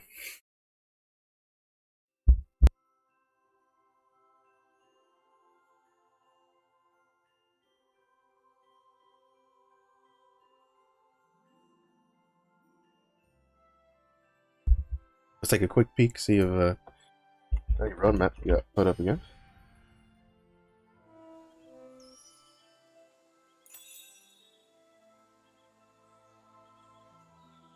Ooh. Oh, I told myself that I needed to mail that damn ability stone that my striker had to this guy, and I didn't do that. Mailbox, please. Thank you. Oh, that almost scared me. I thought it was about to tell me they changed it that I had to pay payons for that. I was gonna be like, excuse me? Sir? They fooled me? Let's see. That has more specialization. Ooh. Nice. Both of those were better quality than what I was using. Very nice. I don't think I had enough shards to hone, if I remember correctly. Yeah. So, we're going to finish out the story. I might do... Is there a shard daily that's done here? Yes, there is. 600. I'll take that.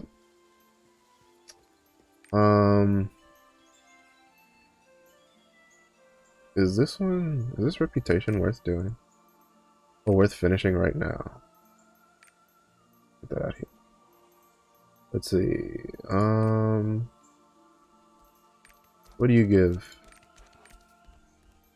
Domination potion? That's kind of whatever. But you do give this, and I feel like that might be worth doing. And I do need shards on this character, so we'll do that. How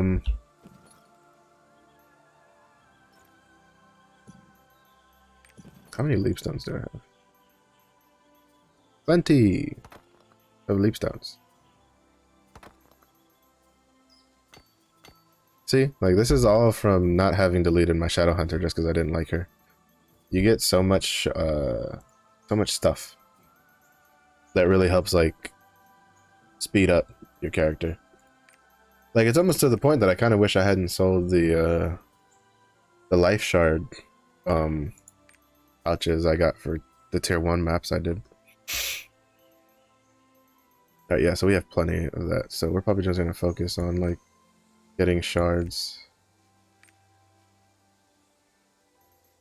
That one's not too hard, and that one gives a lot of shards. 780.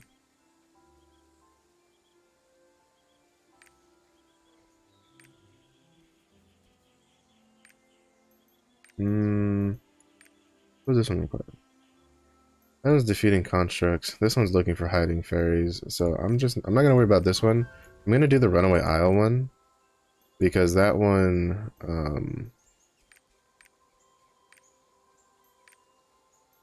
this one. Because this one, no mistaken, gives me a charisma potion when I'm done with it. So, and I think I have a Bifrost there anyway. I did not, because I am a dum-dum. But that's fine. Okay, so right now we will hide that.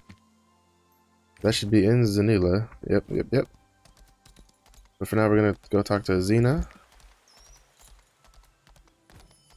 And we'll try to, cause like we'll do the quest in the dungeon should give us some more shards to progress the character, the Berserker up.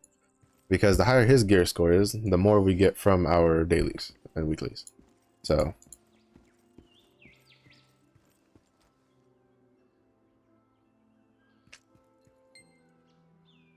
Those stubborn mages.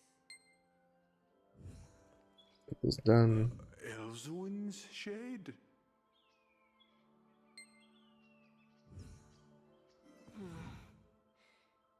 I still like how she looks completely different, like in person, than she does on her card. Because she basically looks like she's ready to hit the beach in that outfit she has, but in her card, she's covered from head to toe. Like, I mean, I'm not hating on either one. It's just I just find it funny that. So, oh, sorry, capitalization. Oh, that's right. I don't have her. There we go.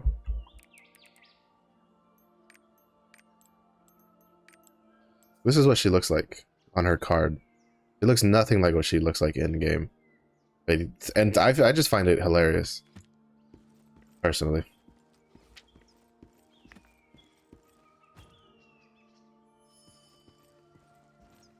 Alright, now we go to Elswyn's Shade.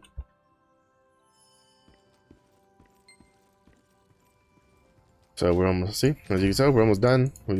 We'll have, all we have left is to do, like, you know, the intro for this and blah, blah, blah. And then come back and then go through the actual zone itself.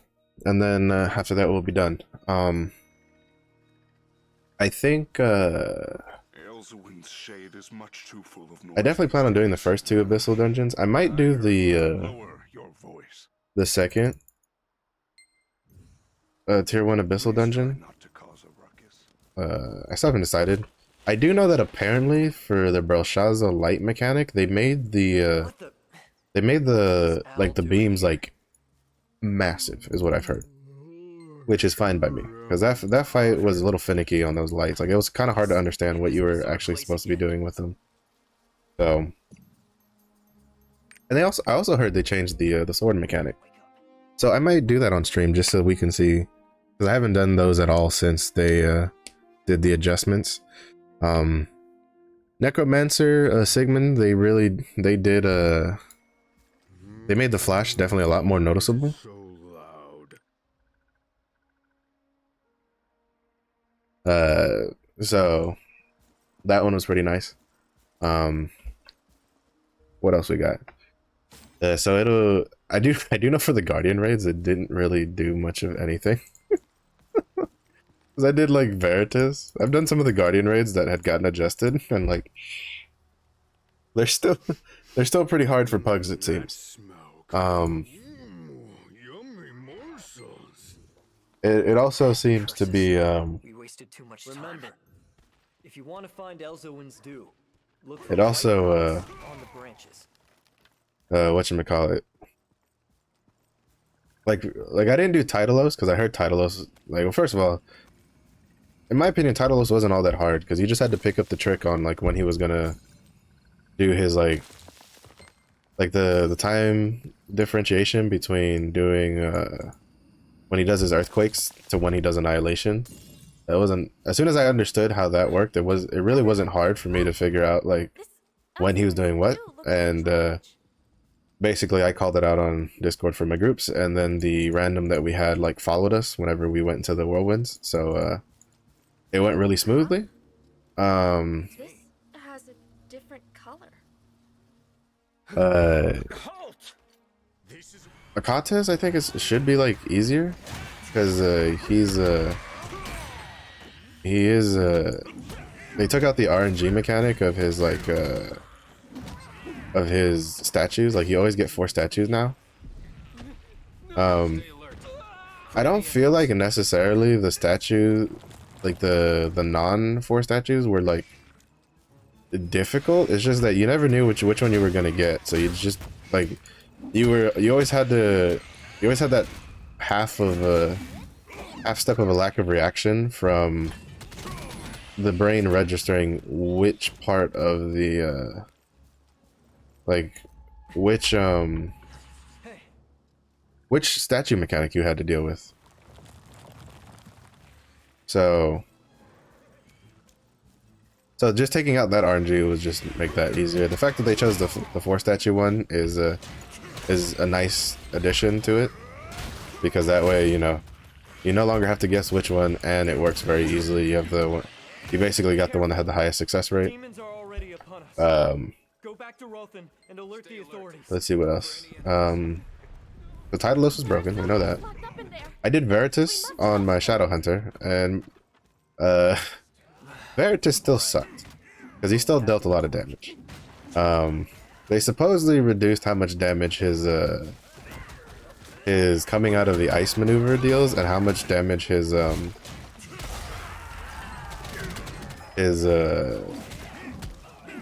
whatchamacallit, how much damage his supposedly his breath attack does, and he almost one-shot me with it when I ate the move by accident because I wasn't really paying attention.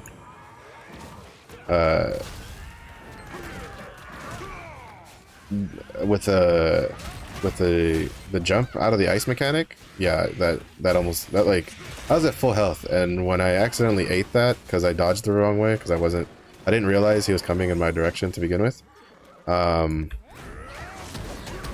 I had like literally 100 HP left. Like I barely survived it. And then I saw a gun lancer with his shield up get demolished by the breath attack. So I'm gonna call little shenanigans on the Veritas adjustments. But they did whatchamacallit, they did get rid of the stun on his tail, which was fantastic. It makes it so much nicer to be a back attack class, because it can be a little difficult to tell which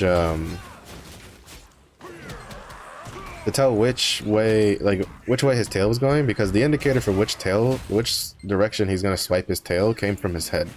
So the fact that, you know, you're on his tail and you have to look at his head to tell which way it's going, like, it was a little hard. I do know on my screen personally, since I have a smaller monitor, part of him wouldn't even be on my screen when I was fighting him. Like his head, like if I was at his tail, like on his back, trying to fight him, I definitely couldn't see his head. So the fact that they took the stun off of that made it nice. It still deals a lot of damage, don't get me wrong, because you still get flinched, and his tail slaps still hurts. But the chances of you getting tail swiped into being stunned to death Path is blocked. is much lower, because you can still get flinched to death, because he still likes, I've still seen him That huge owl is running towards us. here we I go, don't know why, we're going in, but it baby. looks angry. Get the attack speed. Going in with the Hellblade. Shink. Oh my god, so good. Everyone okay? I also like the aura better. Look at this, look at this. Mayhem gets some weird like purple aura or whatever. Bruh, no, give me the red. Red all day, every day. But where was I? But yeah, Severitas still hurts. Really I think the only one that really became easier was Alberhastic. I do know Alberhastic was a bit of a contention back and forth, because as long as you juggle his one-shot mechanics, he's a really simple boss to fight. But the fact that one of his one-shot mechanics required you to deal a lot of stagger, like basically it was really dependent. Like if you didn't have a team, like if you didn't happen to have a comp where you had someone who dealt a lot of damage, We're not too late. like a lot of stagger damage just naturally in their kit, and you didn't pay it, and you couldn't tell, because the only indication that that he was doing one of his one-shot mechanics was he had a purple aura around him. I literally had to like scoop my chair up and almost put my face on my monitor to tell when that damn aura was on him to stagger him out of it. Because if you don't stagger him out of it, he doesn't give you a safe spot, and he just like one-shots you. I think the silver orb and gold orb mechanic wasn't that bad. He makes it very, very obvious, as long as you know. The only way you wouldn't be able to tell what color orb you have to eat is if you died and you were coming back. Which would be a little annoying. But in that case, you would hope someone would at least like shout it out in chat, like, "Hey, you need the silver orb. Hey, you need the gold orb." But I don't feel like that mechanic was too bad, Over here. because he kind of makes it extremely obvious. Like he literally stands still and like puts a big ass circle on the ground with the color, telling you, giving you the indication of which color he's planning to use. So, you know, it's not bad. But I haven't fought him at all, because at least on Scrapper he's kind of annoying, because he moves around a lot. He's a small target, so a lot of my moves don't. They tend to miss. Ooh, Undart. What's up, baby girl? I love Undart's armor. She's my favorite like elemental design. So you won't be affected by the dream. Part of it's probably the WoW factor that they actually made like a warrior water elemental. Because usually like water elementals are like mages, like they're more mage style in like aesthetics, while Undart definitely looks like she could pick up like a two-handed hammer or two-handed, like she looks like if you gave her a berserker sword, she would be ready to cut some people in half. It kind of makes me wish that like she would, you know, like I want a cutscene with Undart just like whooping ass. Maybe when we get the big war scene in the future. Probably not though. I don't know if the elementals can leave Rohendel. I think they're tied to this place. So I'll forever have to just live with the what ifs of being able of never being able to see Undart whooping some ass with like a big ass, like I don't know, give her like a I don't know, like an axe made of ice or something. That, like So much. she'd be like that's what I always find it interesting that they never made like water elementals that like warriors, because they'd be like the perfect warriors, because they'd be really hard to kill, and then they could literally make weapons out of their whole body, and it's just like, you know, they just, it's a, like they're an element that, especially in, because I think if I'm mistaken, in Lost Ark, the water elementals also can control ice. So that'd be an even bigger reason that they'd make the perfect like warrior. You just get the, like, they just have like infinite weapons they're just pulling out of the air, and you just be like, excuse me? Like, are you gonna do whatever? Earth Elemental also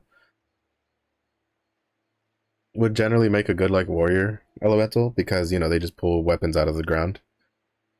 Just make big ass like rock spears and swords and just a rock hammer just beat people to death in like fights and stuff like that. But in Lost Ark, the Earth Elemental seems more like a mage to me. So oh my god. It's something like, what the hell is going on here?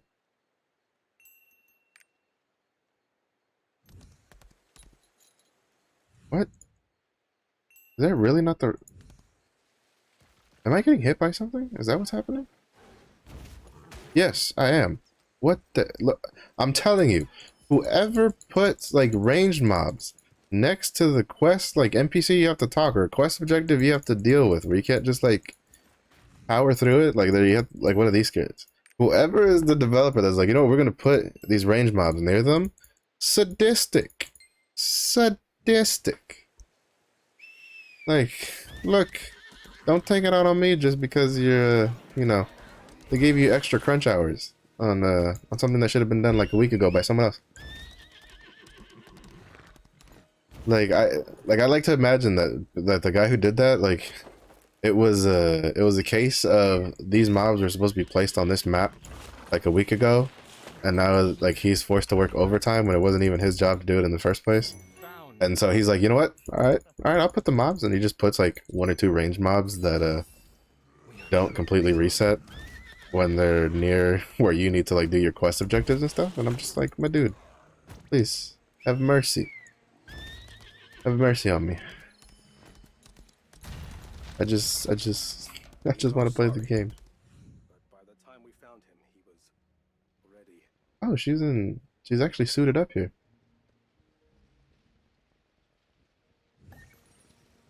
We are sorry. Oh, is it a different No. Are there 2 Lenoras? Is that what it is? That arrogant ruffian. He became like this as soon as we arrived here. No, this is the... I'm pretty sure this is the same Lenora.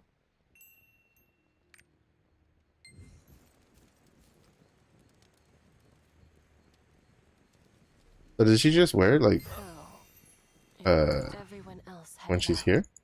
For Because now she looks like her card. Like now her model looks like her card. Before her model didn't look anything like her card. Something makes me... Or it could also be a case of they changed the way her model looks, and then this was like the one time they forgot to like change the way it looks. Yeah, see, this is Gnosis. This is supposed to be the Earth, like Prime Elemental or whatever. And to me, he gives me more of like mage druidy vibes. Because he has like... He seems more wood than dirt. But, you know, it's cool. At least they broke some of the stereotypes in some cases. Because, like, the fire ones definitely stayed the same. They're always the ones that are hot-headed and easy to fool. Hello. Whoop. Beautiful. Look. Some of y'all have my mage buddy in like a chokehold. I need you to die. So now that that's handled, carry on. Oh, that's cool. I never noticed that like the ground was like cracking as you ran past it in here. I've been waiting. I felt the power. Oh, it's Forte. What up, bro? Grow weaker. I'm dizzy. Using DC. There you go. Just spit out the shell when you're done. You gotta eat it like a sunflower. You just pop it in and munch on it for a bit and then carry on. Gerdia left for Elzo. But it's pretty good. Pretty good. Let's see, where else are we going? Over this way. We should be getting to the point where we have to do the dungeon soon.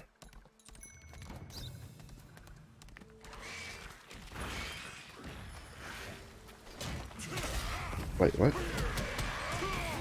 He just like teleport backwards? I'm pretty sure he was standing in a different location.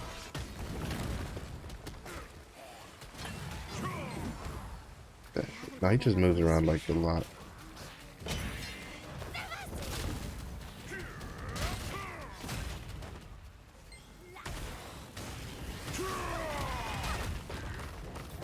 That move hits like a truck.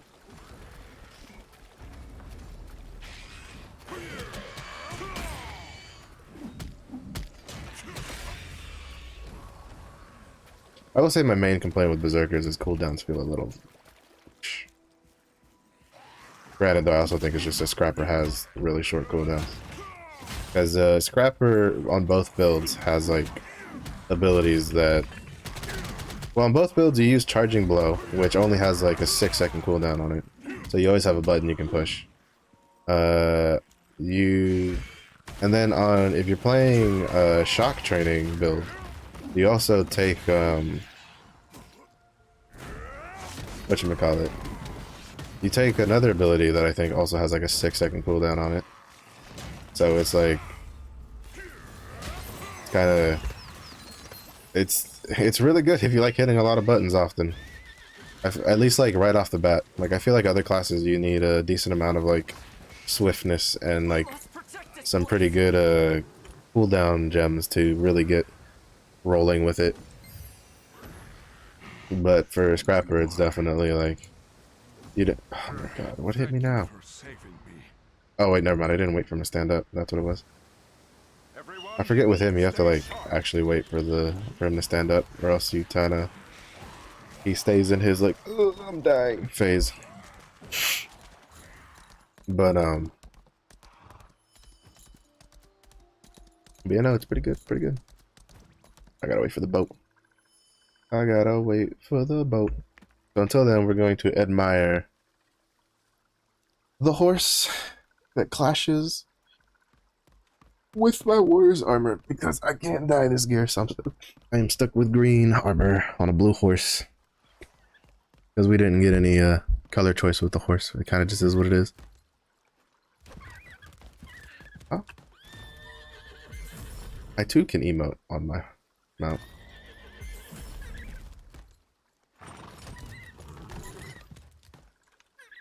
The mounts on the horse aren't very like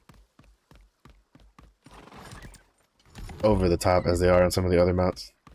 I think my favorite one is this W key because it makes the ghost flames come out.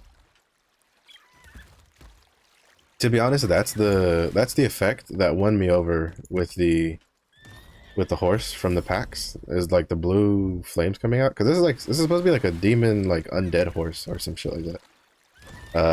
If I'm not mistaken,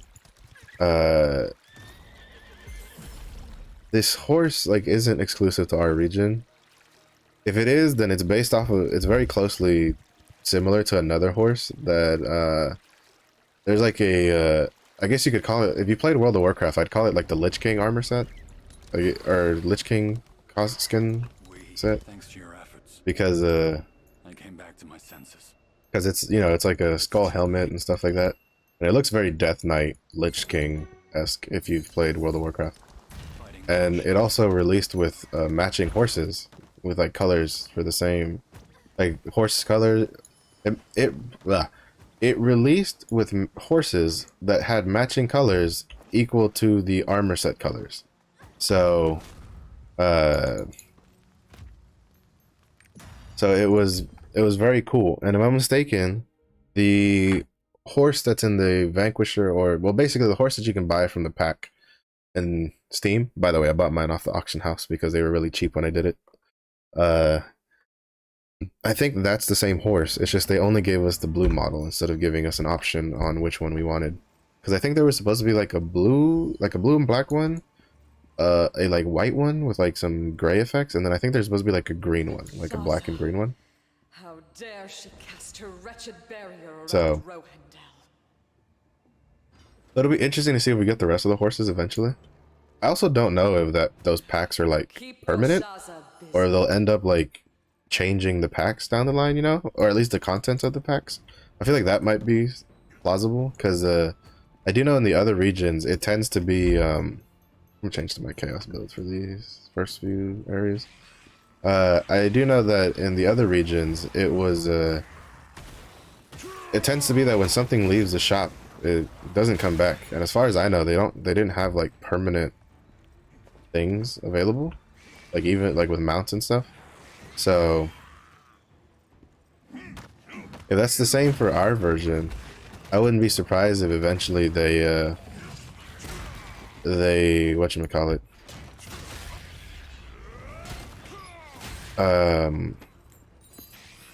if they made it so that every X number of months or something, they just change what's in the the Steam packs to buy.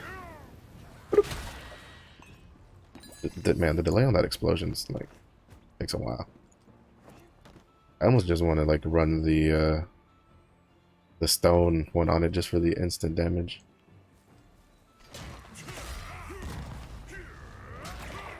Fuck you, buddy. But thanks for the Providence stones. I need more so I can get my scrapper fancy dress. I do. Oh, I need to get a buddy of mine to go tell me if a War Dancer has like a different. Because I do like the warrior rapport. Whatchamacallit? The warrior rapport armor, I think, looks really cool. Personally. So it's just that the exactly the same as with the scrapper. I like the color options of the 70,000. I think it's what it costs. One over the cheaper one, because the warrior one it's like red and black or some shit like that. So pretty cool. And it has like it's like, you know, you're wearing like a suit, but you still have like armor, like an armored pauldron on, like an armored shoulder piece on it. So I think it's like just the right amount of fancy with just the right amount of like armor piece. No, I still got hit. I've ran this stupid dungeon I don't know how many times, and I still eat that stupid middle laser beam. You would think I would have learned by now. This is because like I've ran it on like normal and hard mode on pretty much every character that's gone through Rohendel. So I've run it. Let's see, how many characters? Well, I've ran it 4 times. This is like the 5th time I've ran it. You would think that by now I would have like learned to not run down the middle of that spot. The dream barrier. It's a hassle. Need the rook. But I'll have to play along. Drop of the rook. Stop to my. Oh wait, no, because you still have. I still have to kill a bunch of mobs in the first spot. I think that's the only thing I don't like about like the regular dungeons is you have a lot of like little guys, and then you have a lot of you still have to do like the bosses. Suck on that earthquake, baby.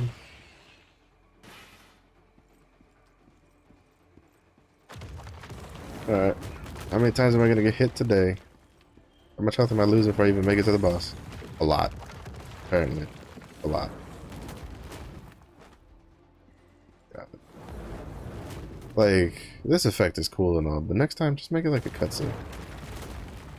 Because having to react to the AoEs dropping from the sky on top of having to like die, like it's a little much, in my opinion. It's a little much.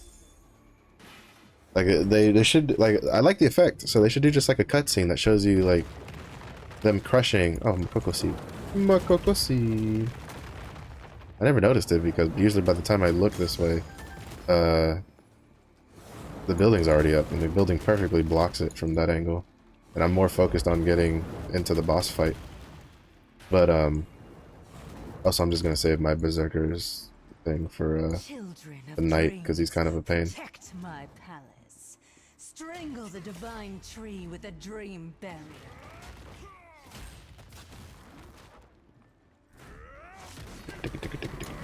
Whoop. Oh shit. I didn't see the thing underneath me. It'll be fine here. Yeah.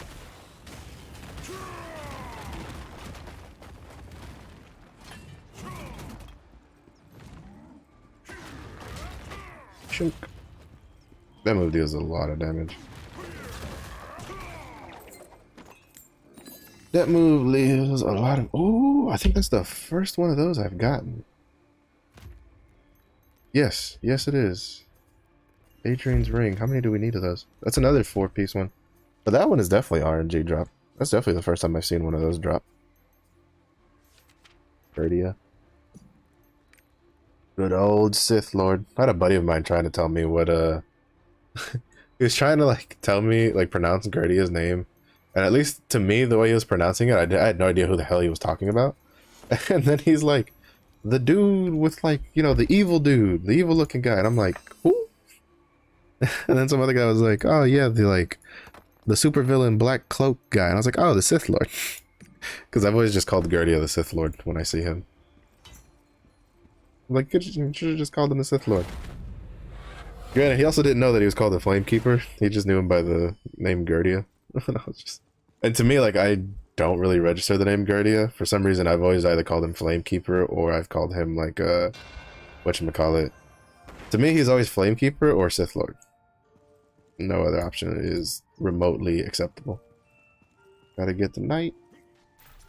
Oh yeah, right. Like I mentioned the other day on stream, at least the last time I was here, you can tell which piece you need based on if you've already ran it once before, you can tell what piece you need to move based on who you're fighting next. So, you know, the first one we fought was the rook, so we had to move the rook. The second boss you fight is the knight, so you have to move the knight. The third one you fight is the queen, which, in my opinion, they got really creative. And it was like, you have to move the pawn and the queen, because in chess, when you move a pawn to the other end of the board, you can make it a queen. And I thought that was a really cool touch they did for the queen one. And shriek. Wait, and then it explodes, and we all have a good time. And by we all, I mean me, because they are not having a good time. Yep. Nice. Very nice. I don't remember. I don't think. Yeah, there's no more. I gotta try to remember before I get into the boss room to swap to the boss build.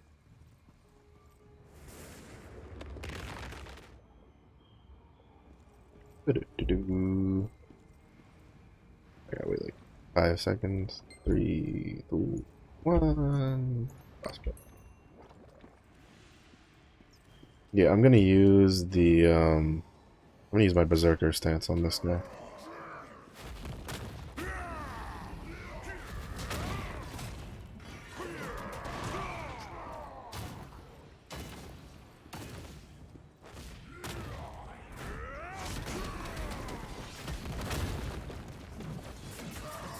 Oh, that is definitely not where I was aiming.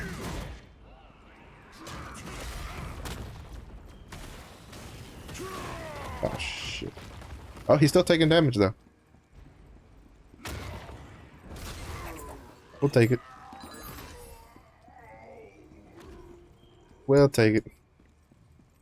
That's one of the rare cases of when the boss jumps in the air and he's not just like invulnerable. Alright. By the time it takes me to move the chess pieces, I'll be out of the berserk form. I should be out of the berserk form, and I should be most of the way done with the cooldown. I also find it hilarious because, not so much with the regular version of the berserk, or like with berserker's technique, but with, let's see, what am I moving? I don't have to pawn, I just don't know which one. I guess this one.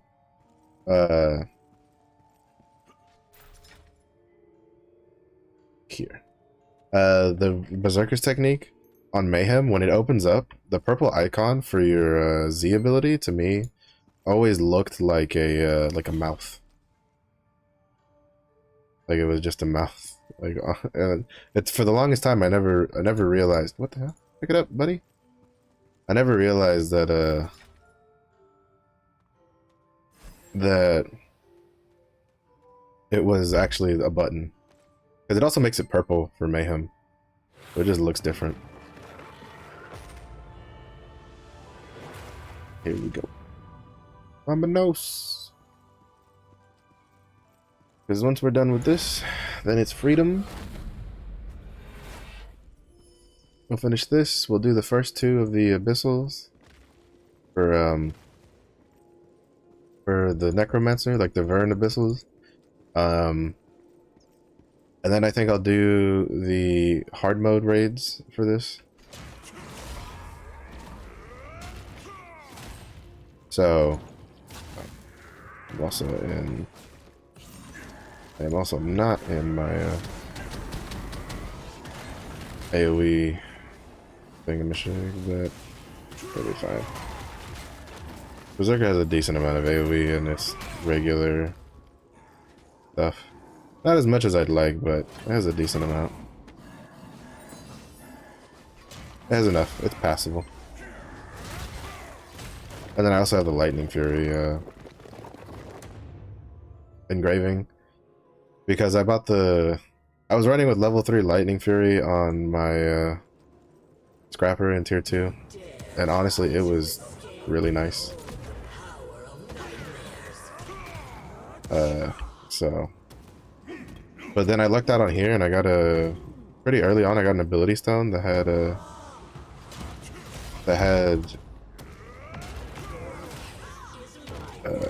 Shit. Pretty early on I got an ability stone that came with Lightning Fury, so he's running Lightning Fury, he's running level 3 Lightning Fury also. So, it's actually a really good source of damage, especially early on, because it deals a shit ton of damage. Especially for like, oh shit. For tier 1 content. For tier 1, tier 2, I feel like it's a really good classic, like a really good engraving to run for DPS. Simply because, just because, it deals a lot of damage for like the amount of health things have at this level. So, I feel like, if you have a Lightning Fury, if you get it to like level 2 is probably like the lowest. That's like the best to run it at, in my personal opinion. It's a really good DPS engraving to run. Because, it just deals a lot of damage. I think it's like 2 or 300,000 when it crits. Oh,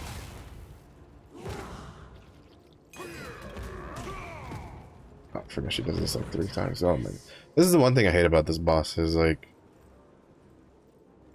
you have to do this stupid mechanic so many times. But I think you only do it like twice in the Abyssal Dungeon.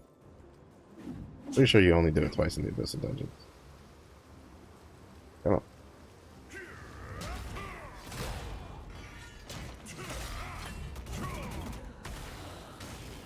And you did. Actually, I think she just died to the bleed dot from the from red dust.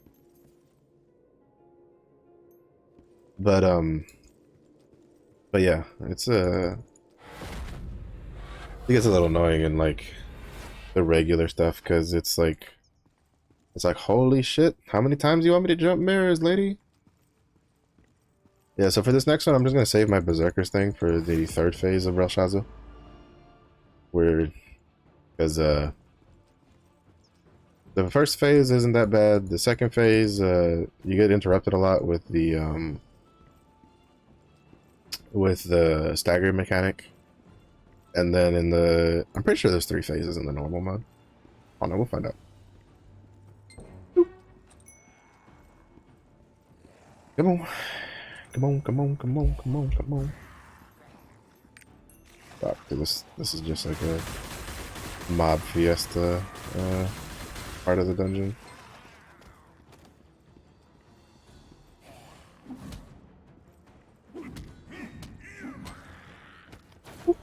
Ah, damn it, I still got hit.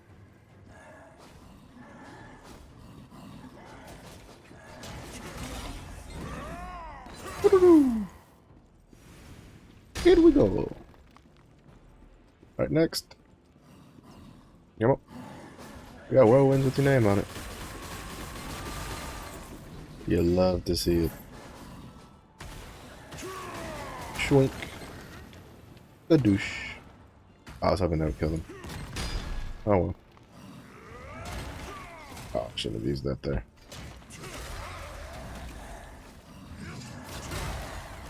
Oh, he's not that tough. They worked out in the end. Interesting. What didn't work out is I I just never used knew whirlwind, and that one has a relatively long was cooldown on it. nightmare this long. Gotta wait.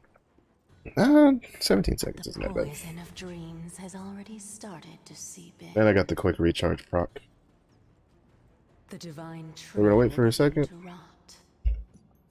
because I'm pretty sure after this it just goes straight into the Belshazzar fight. Alright. Let's get it done.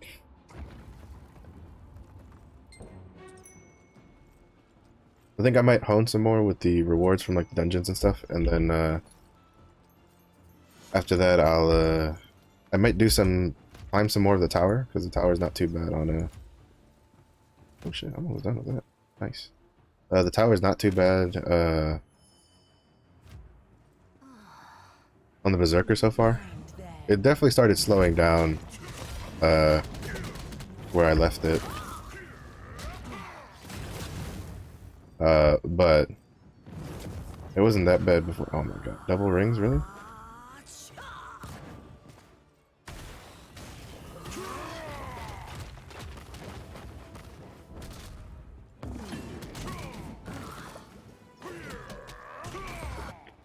There we go to the next phase. Into even deeper abyss.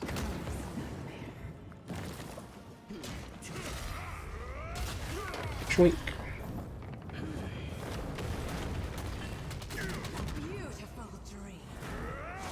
Beautiful dream. Whoop.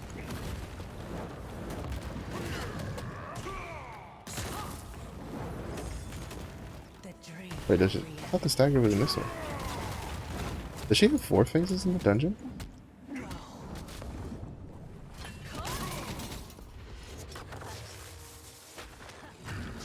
She might have 4 phases in the dungeon. I don't remember. Because I know she goes like, you know, she throws Ethereon out of it. And I'll just wait till the, I'll wait till the second stagger check. I'll save Hellblade for it.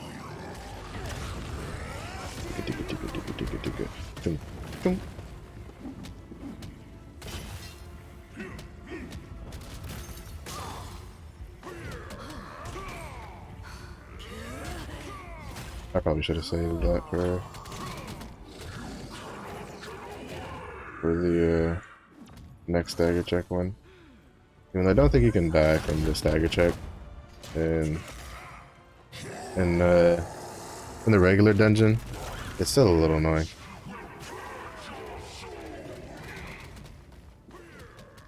Shunk.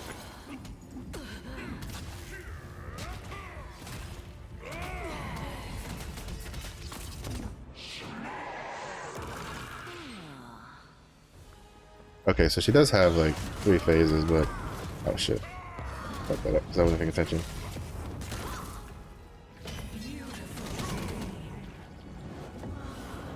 Where am I going? Where am I going? Shit. Bruh, that was about to be such a like get fucked moment, because the if I'm mistaken, that like arena is supposed to keep you in. So the fact that she did the arena and then she went into the, I'm gonna try to do that. Okay. And then she went to the tornado, into like the meteor, like, well, I don't know if it keeps you in, well, I just ate it anyway. I don't know if it keeps you in like the normal stuff. I do know in, whatchamacallit, I was thinking in the Abyssal dungeon, it like keeps you inside. So it's like, oh my god, please, stop. But I think you can immune through it, like I did, so it's fine.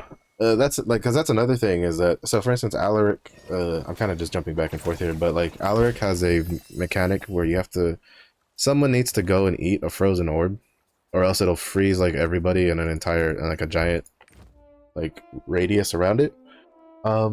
If you use your movement abilities to get over to it, you can dodge through it, and then because you have, when you're dodging, you have immunity to most forms of like CCs and debuffs, like CC debuffs.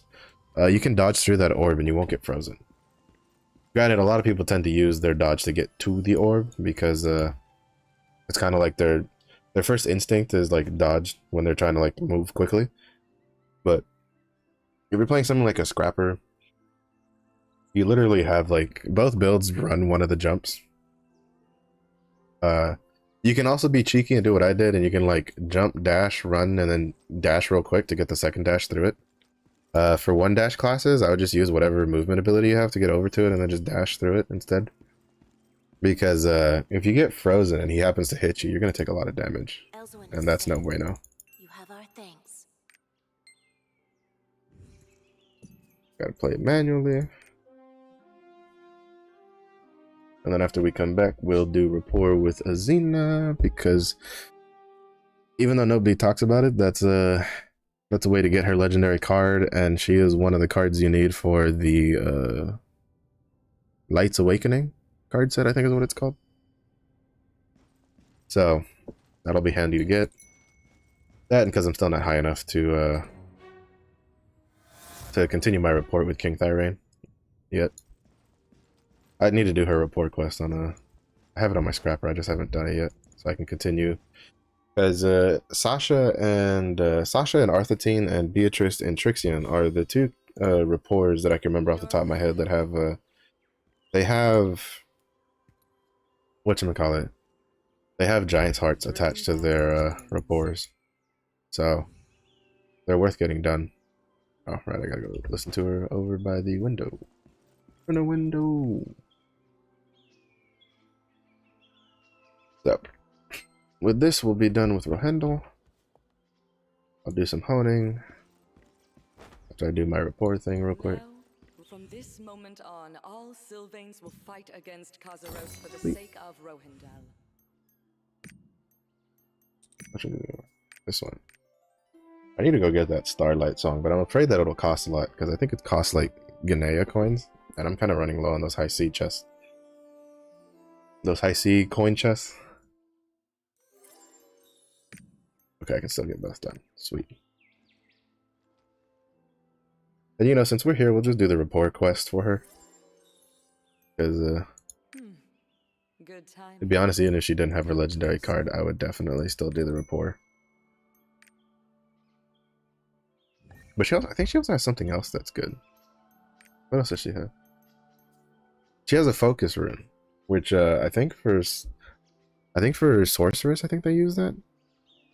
It makes whatever, it's, you know, it minus 20% MP consumption, whatever skill you put it on. And then she also has a crit potion, and like she just has good stuff. Charisma potion, blue engraving books, vitality increase, focus, crit potion, plus the legendary Azina and Inanna card. Like, it's way too good.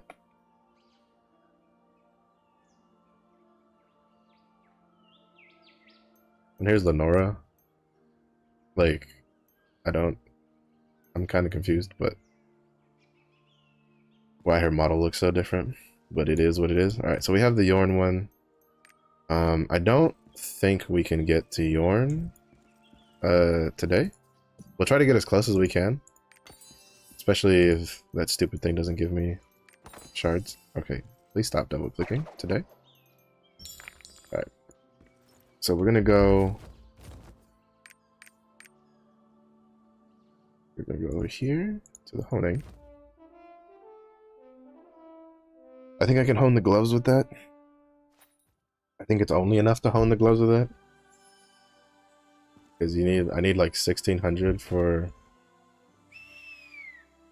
the fill up, and then I need like another couple hundred to do the thing. 9 1680. Yeah, I only have 1340. I don't even have enough to fill it up. So now we're gonna go do the abyssal dungeons. The first two, I think I'm gonna, even though I don't remember if those give shards or not. I might not, but I should still do it just for the gear and the upgrades and stuff. Because I'll get more damage from at least the weapon. Get the weapon done. Let's see how this one goes. Oops, the wrong one. Doop-a-doop-a-doop. This is what we want. And then I can do Phantom Palace now. I have to do them in order anyway.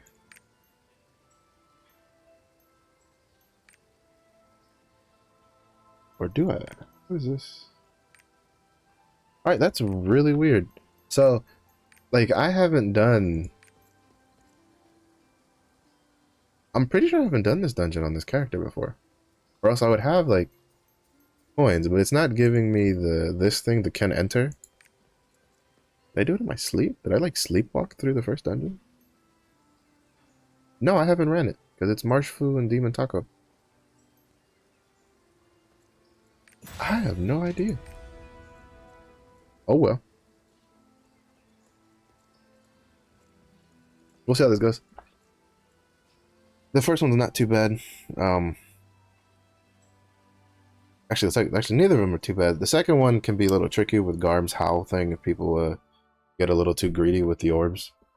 They'll eat. Some people will try to like cleanse their stacks every time instead of rotating when they cleanse their stacks. I'll keep the green potion. If I die, I die. It's whatever. 2 berserkers, a sorceress, and a soul fist. That's what I'm talking about. Full DPS.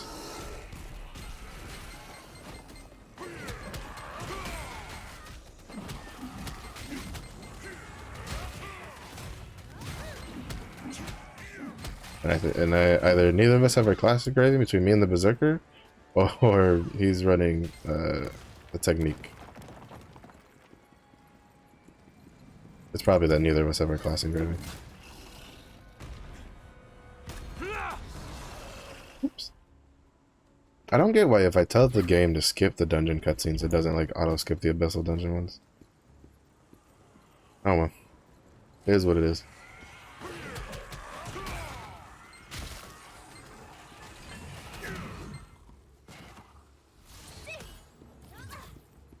Getting like none of my stuff built.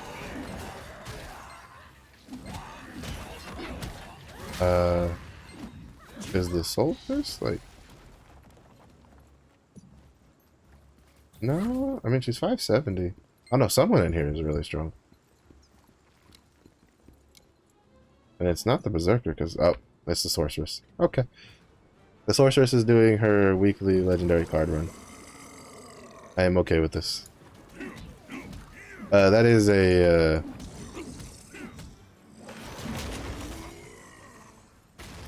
okay. Okay. I wasn't expecting the boss to go like this hard and this quickly. Oh, he's already dead. Okay. Since I have the like player, like the party stuff turned off, I can't see when she's doing what abilities, or else I'm pretty sure I would have already been like, alright, no need to Hellblade, just carry on. But yeah, no, if you have a... It's kind of worth running these tier 1 abyssal dungeons, even on like lower, on like really overgeared characters, because you still get a chance at the legendary card, and they have a pretty decent drop rate, from what I hear. So a lot of people will take their very, very overgeared, like, tier 2, tier 3 characters, and just, you know, demolish their way through these, because there's not a lot of, like, hard mechanics to be done in the Necromancer one. Like, it's kind of hard, especially on the very first dungeon. On the very first dungeon, if you're, like, tier 3, it's almost impossible to, like, fail the dungeon, because you just out-damage any of the mechanics. So it's kind of an easy way to try for a card. Also, it kind of just helps out lower players to get their dungeon running. Like, honestly, I am very thankful for people that do this, because it Makes it easier for my ult to get gear to kind of test out like class engravings and stuff. So, you know, should always be thankful for the carries. Let the sorceress do her thing. Do your thing, sorceress. Just do your thing.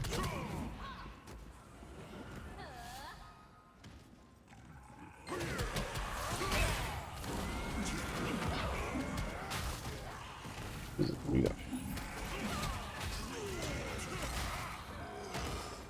Take out the trash. Let her handle the heavy lifting. Now I know that's what the sorcerer's tier 3 armor set looks like. Or at least for the for the Chaos Dungeon stuff.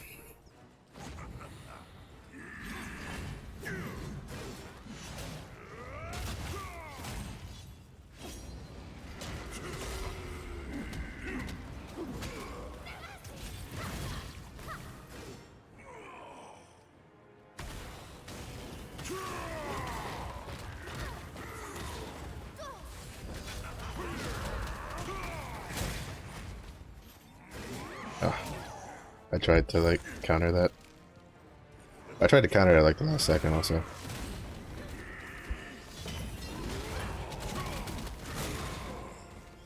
Yep. I'll pick out the thing off.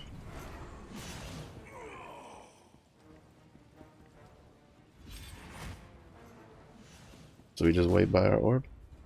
Let him do his thing.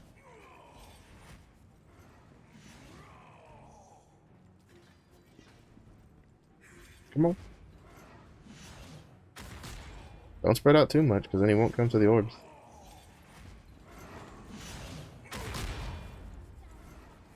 We need one more orb.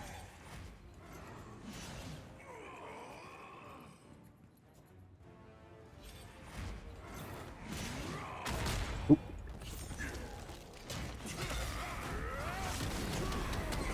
Oop. Nice.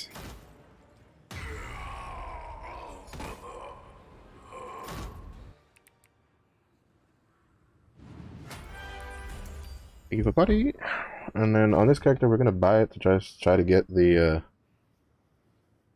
ooh, that's a fancy mustache.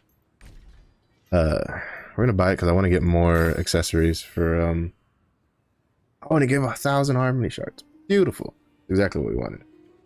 That's just worth buying, period.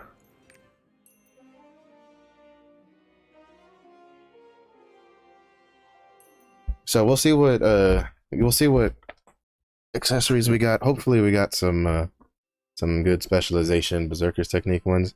If not, if we got Mayhem, we'll just run Mayhem. Are these any good? Perfect Suppression, what's that going for?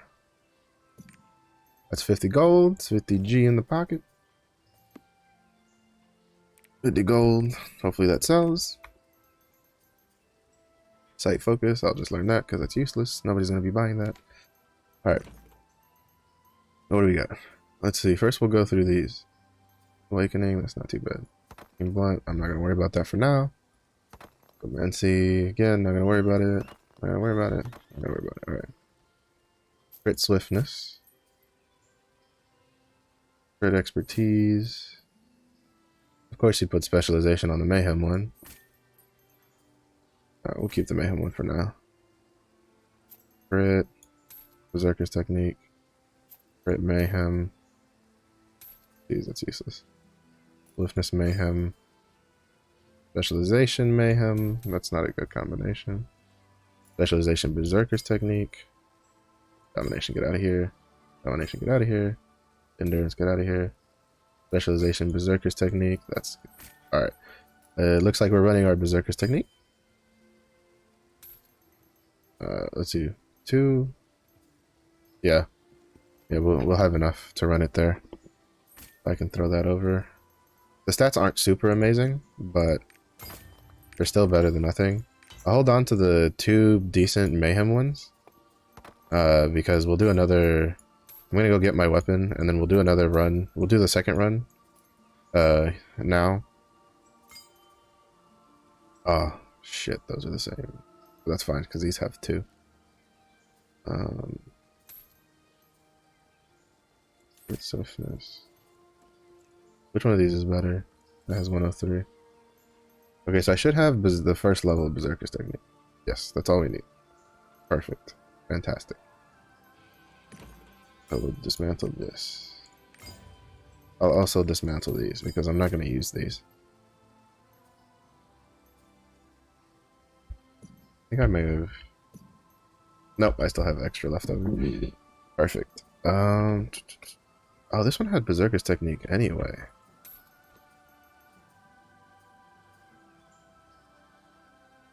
Ah, but that's a +2 though. So I can't give it up. That's fine. I might hold on to it. I might get a better one, a better earring, or something else to replace the other one with. I really wish that more, like, they just... I don't understand the design choice between splitting the honing section from the Chaos Dungeon, Abyss Dungeon, Guardian Raids, like, area. Like, you kind of want... Like, it's the main reason I have Yorn as, like, my hub point for my scrapper, is because everything's right next to each other over there. So, alright, we're gonna go do the second one. Maybe we'll look out and get an overgeared person again. I think my Shadow Hunter had a... Was either my Shadow Hunter or my Striker had like a DPS Paladin carry him through the... carry him through... No, it was my Shadow Hunter, because my Striker hasn't done any weekly stuff today. Yeah, weekly count succeeded. My Shadow Hunter had like a DPS Paladin carry her through her Necromancer dungeon. I was like, thanks. I didn't even make the weapon. God. I went to the honing guy. I did my one hone and then I just left. Oh well. It's fine.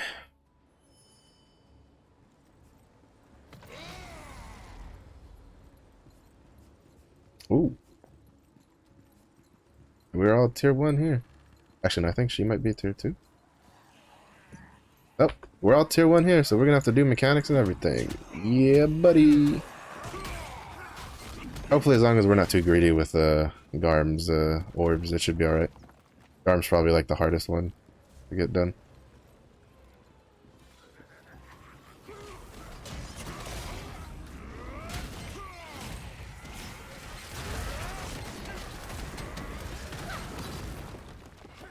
He was just outside of range. Would you, like, stop moving? Oh my god, I can hear the Mayhem Berserker's, like, cha-ching swings, and it's, like... It's triggering me a little bit.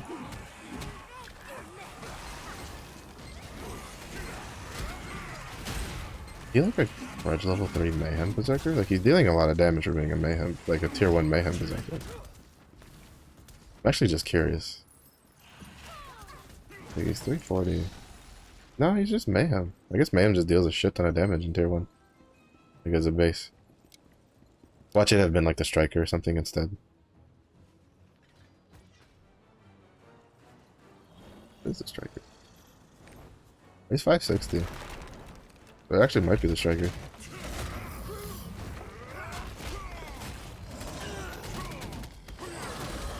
Oops. Oh my god.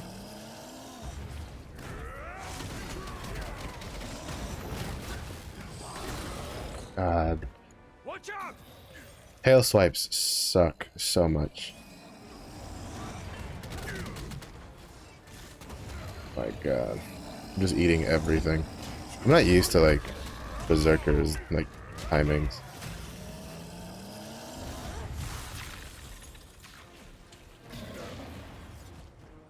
I'm just gonna go eat the orb. Don't have to worry about it later.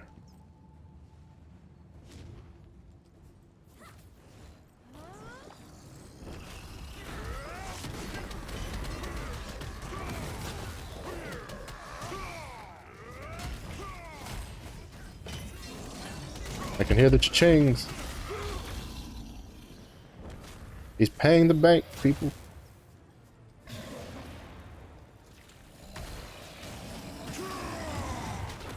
There we go. I got him with the slice. I wish I'd remembered to get my weapon. It's a pretty big difference.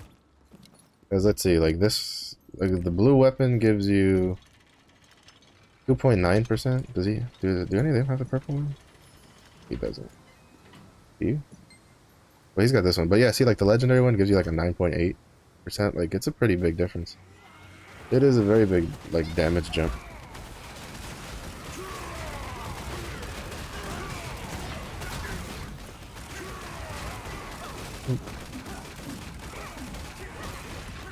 Nice.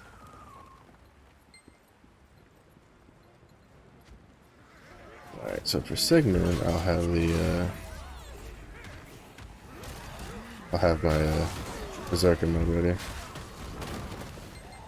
Alright, wasted that Hellblade because I wasn't ready for the Striker to like one-shot something.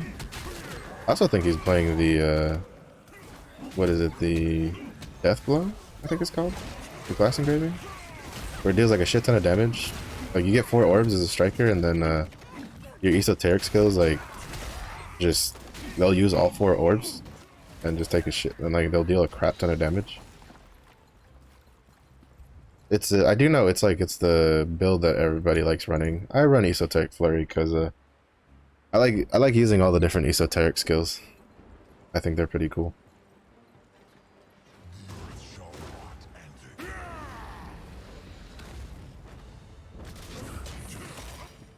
So, bitch.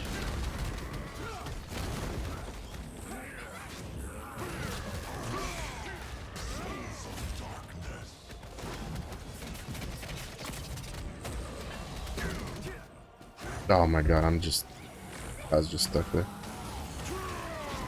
What happened to the Berserker?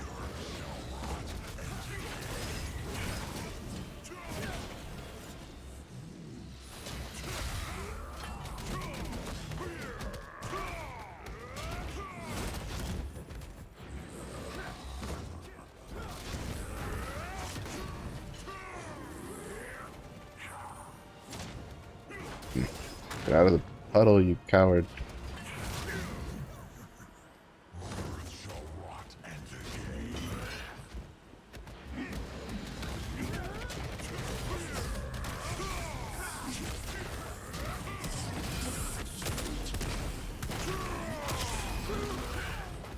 Red.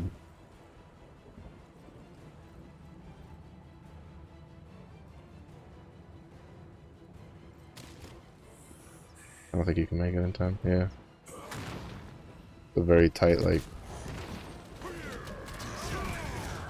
whatchamacallit, it's a very tight window.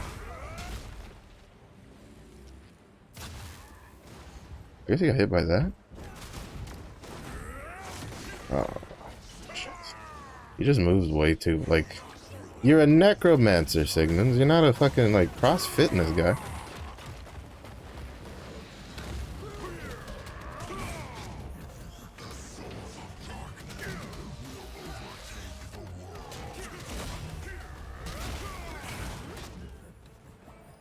In my opinion, he moves way too much for what's supposed to be a fucking, like, casting class.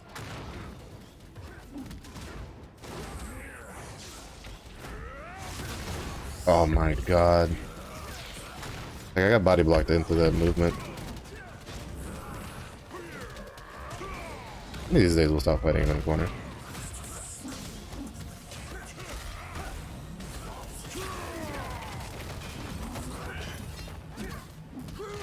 Shit, what was it? Was it red? I think it was red again.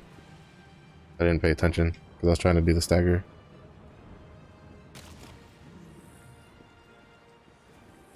Shit.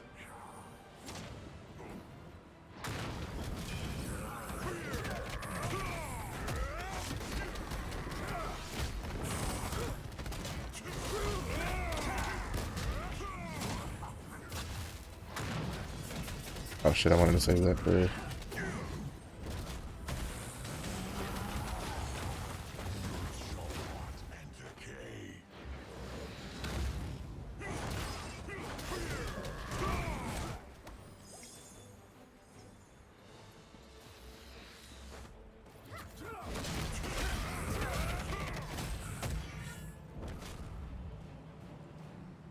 Definitely read that time.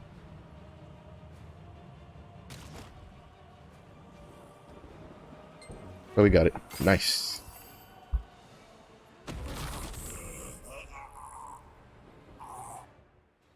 Yep, that was. They definitely made him like weaker from before. He's like, you definitely don't feel the. He definitely got a really big damage boost on the.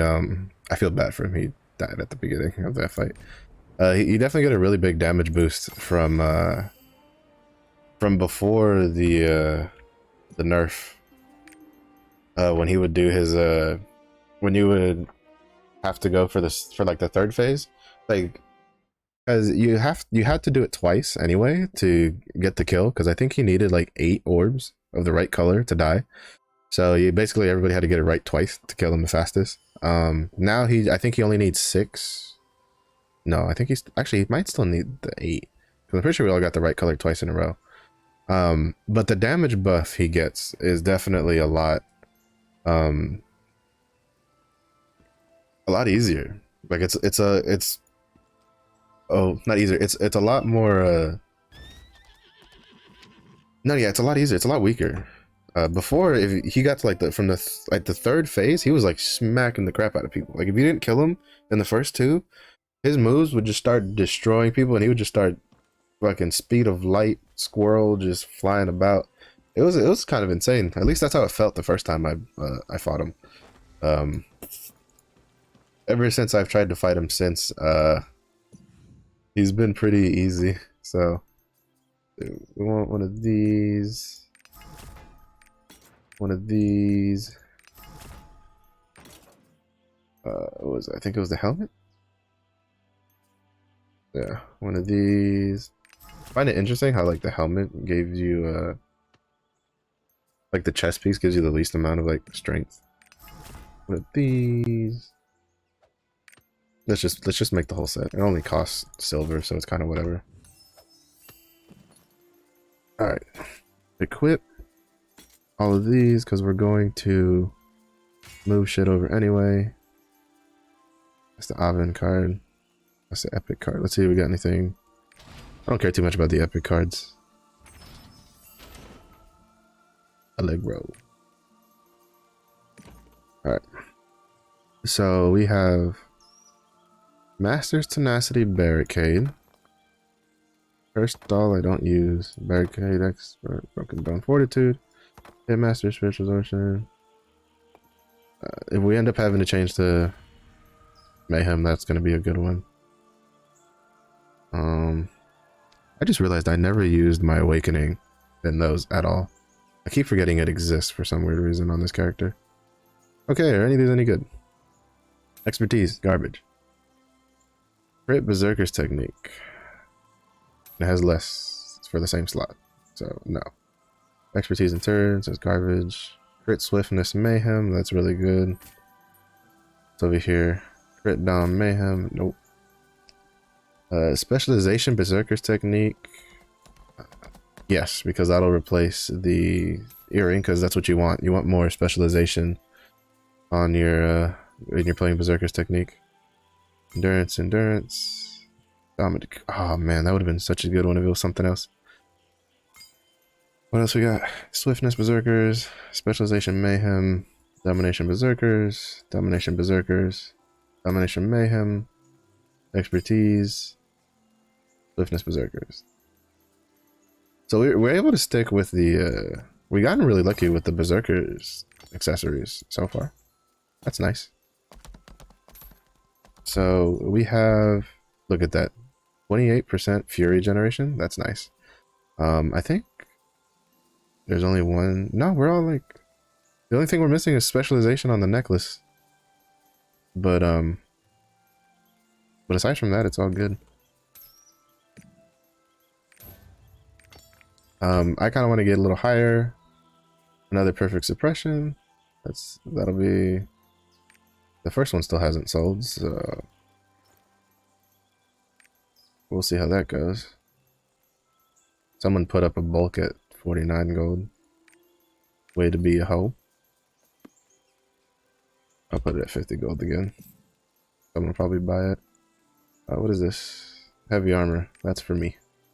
Because that'll be good for, that'll be good for when we get Rowan. Okay, I think I'm gonna try to get like a crit spec berserker's technique.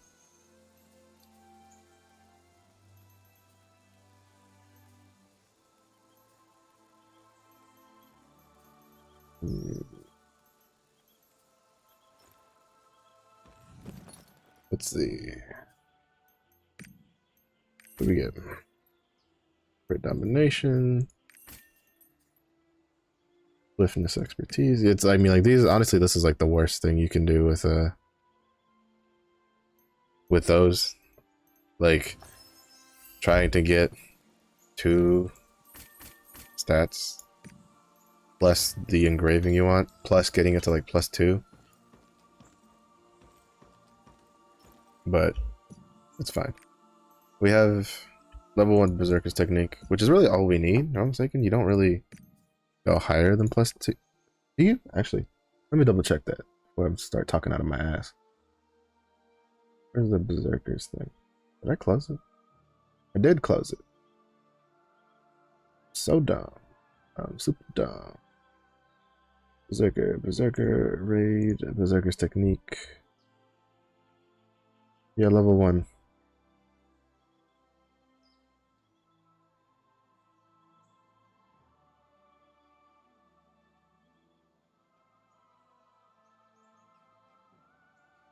Yeah, we get a crap ton of like crit damage with it.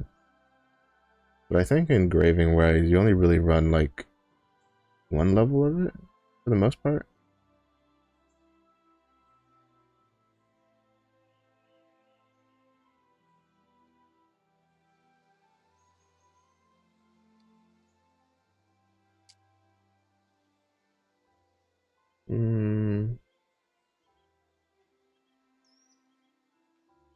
Yeah, you only really run the first level of Berserker's Technique because the first one gives you like 30%, and then like you have to, you're taking a lot of slots in to get only 20% more crit damage, which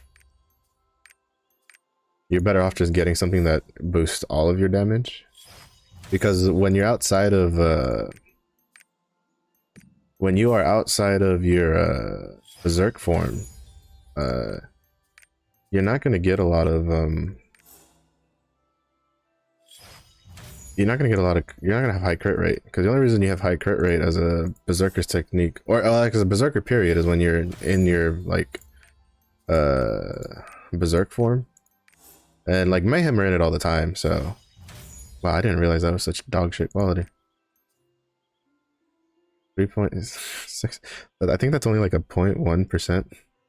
It's such a bad quality weapon that it's like, it didn't give me like anything, like any big damage bonus. That's actually kind of sad and funny at the same time.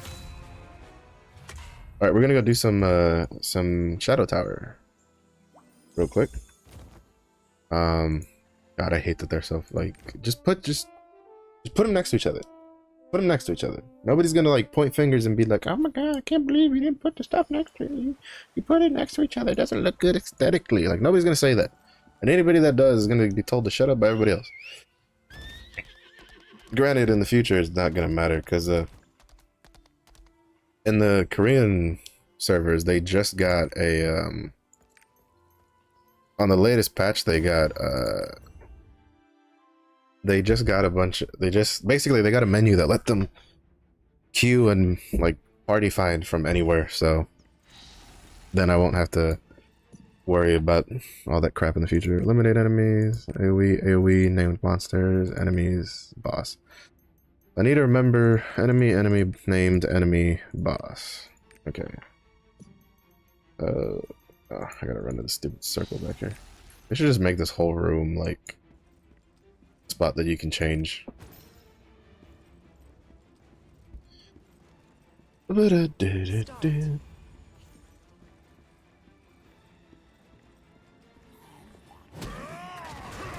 Oh. Oh. That was not fun. I thought I could kill it.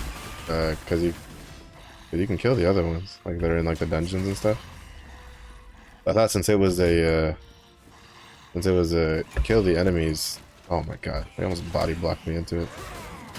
Those little ones, the little like fire tick things that run around, they'll body block you into it. I think it's the tier 2 tower has a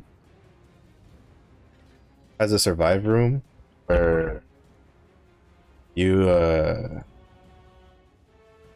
where it'll summon like a bunch of those little ticks, and you have to like proc them to like suicide themselves, because if not, they'll literally just body block the shit out of you. And you can't kill them; they don't take any damage. If I'm mistaken, from when I was watching someone else do it. So I'm not looking for like the survive rooms. Honestly, those are. I'm not looking forward to those. Those are so annoying. But those are skill potions. There's 2 skill potions in the. I feel like they knew what they were doing. They knew people weren't gonna like to do it, so they put 2 skill potions in the freaking tier 2 tower. They're just like, you know what? We know you don't want to do this. Well, we're gonna make you do this. All right. Named monster. I also have 2 wealth runes, and it's still a little slow on getting. I definitely see why people say to like the people who've like mained berserkers in the other one, why they say to do whatchamacallit, like mayhem is just like the current version of mayhem is just easier to build new than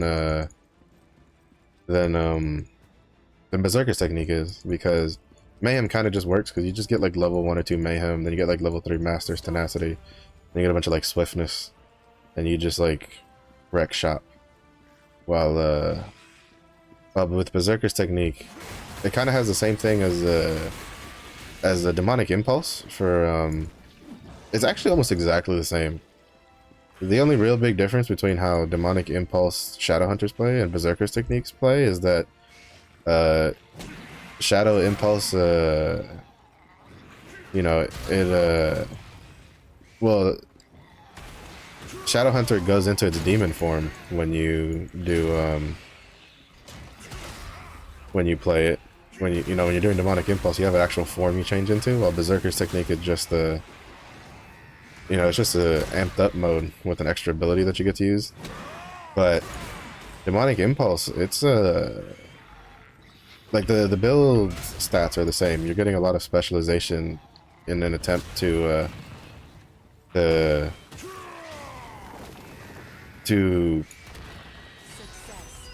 build you're trying to get a lot of specialization in order to constantly, every time you come out of your demon form, just go straight back into it. Alright, this is the boss floor. I think it's not one of, actually it might be the weird boss. There's a couple bosses in here where you don't deal a lot of damage, and it's up to the like sword angel lady to deal the damage for you. We'll see. Oh. Is it gonna give me the boss straight off? I don't think it does. I think I gotta kill some of the big guys first. Yeah, it doesn't give me the boss like great. We're gonna hold off on our berserkers technique until the boss spawns. I don't remember if that's the boss. Feels like a boss. There we go, we're going in.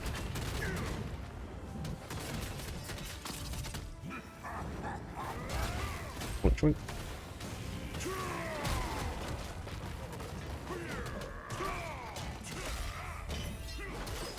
Just, you know, just wail on him.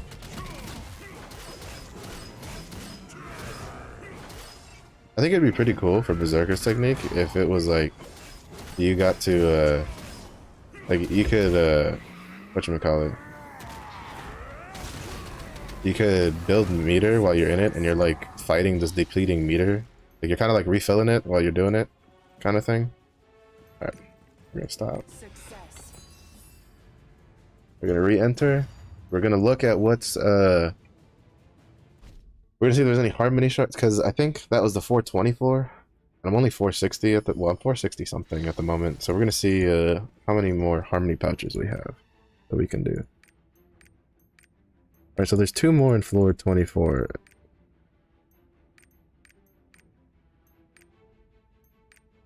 All right, so we're gonna go to 425 because then after that, I think it'll be a while before we get more pouches, if any. Yeah, we won't get any more till like 436, and then 440. Yeah, man, they really spread out those pouches. So we'll go to 425. Let's see. Enemies, name the monster, question mark, boss. So for the question mark, I'll just go Chaos Dungeon, because that still deals enough damage in single target.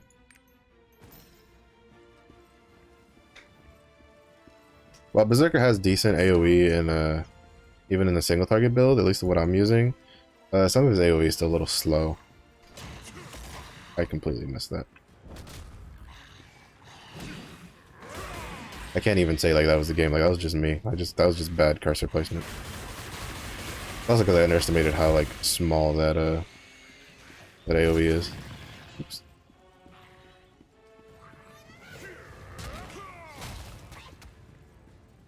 Oh, this one came up for some mano a mano action. All right, come on.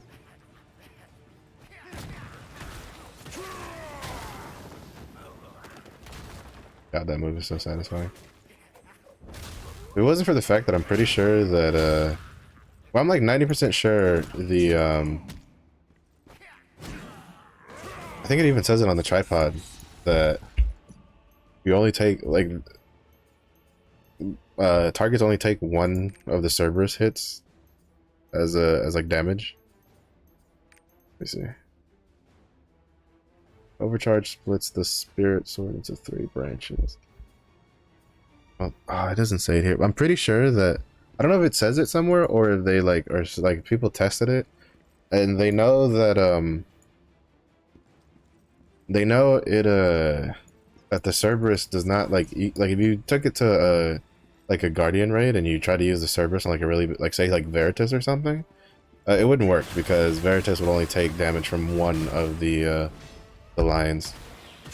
So that's why you run a single target one instead over this in the raid builds, because like it's really smart, because if you didn't, you would basically have to choose, you'd be swapping tripods based off of the size of a boss, because like if a boss is big enough to get hit by all 3 and could take damage from all 3, you would only ever run the Cerberus node.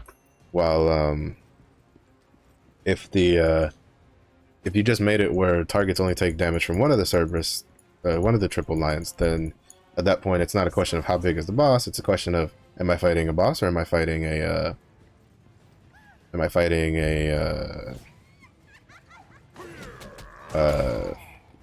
like, is it boss or is it trash? Like, what am I fighting?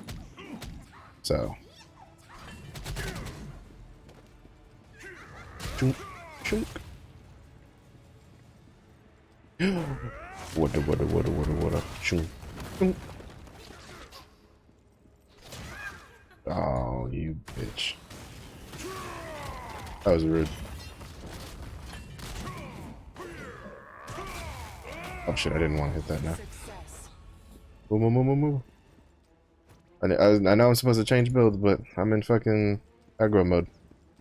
I ain't got time. Go.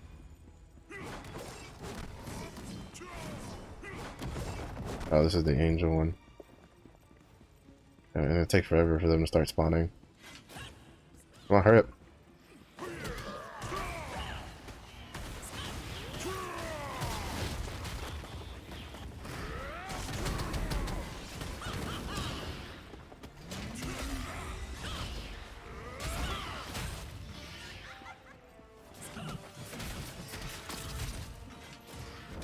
Looking good.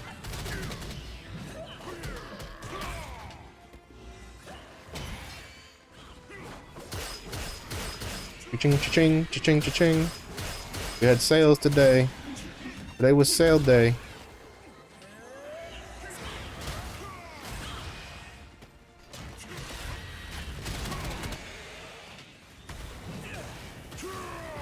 Ugh.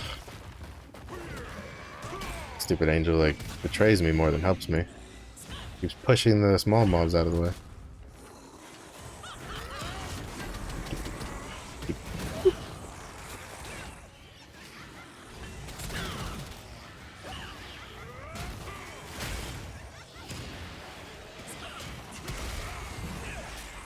This would have been a case where I wish I had my Berserker's technique up.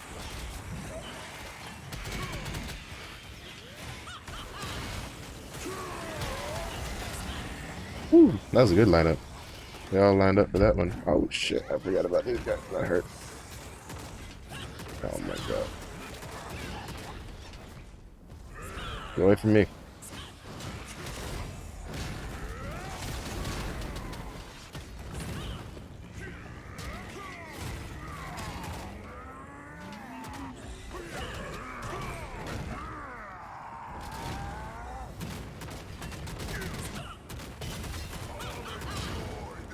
Oh my god, he spawned that like right on top of me, and of course the next one's gonna slip. Oh, they're fucking rude. Nice.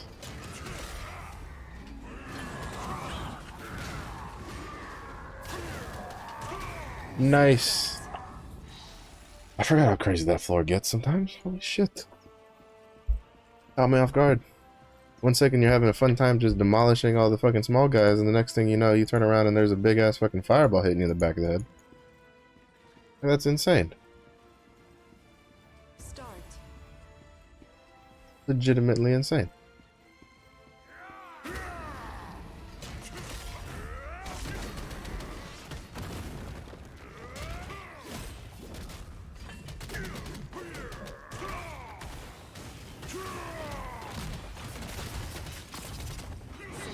Boom.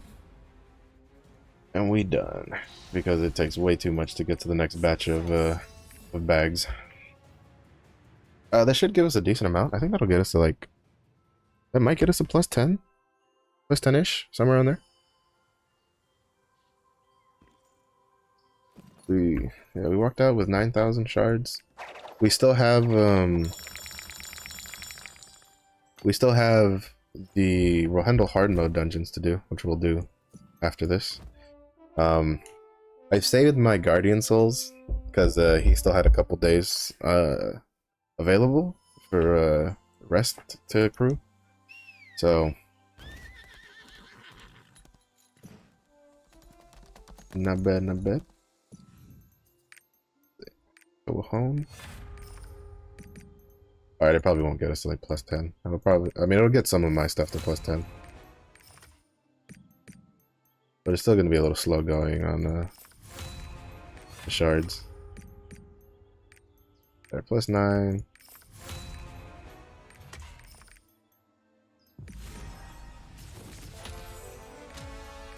Yeah. Because the weapon itself, I know, takes a crap ton. It takes like 4,000. Yeah. Alright, so we're gonna do the Rohendel stuff, the Rohendel hard modes. Yeah, this will pop us up to 500, which I think 520 is the next one. The Chaos Dungeons. I'll probably go do, at the very least, I think I'll try the first Phantom Palace one. For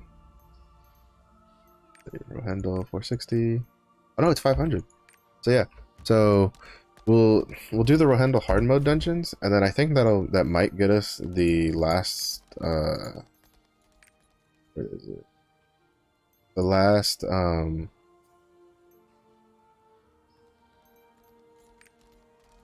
words are escaping me. I think that'll get us a plus 10 on the armor stuff, and then hopefully we'll get to plus 10. If we do, that'll put us at 500, which then means we can do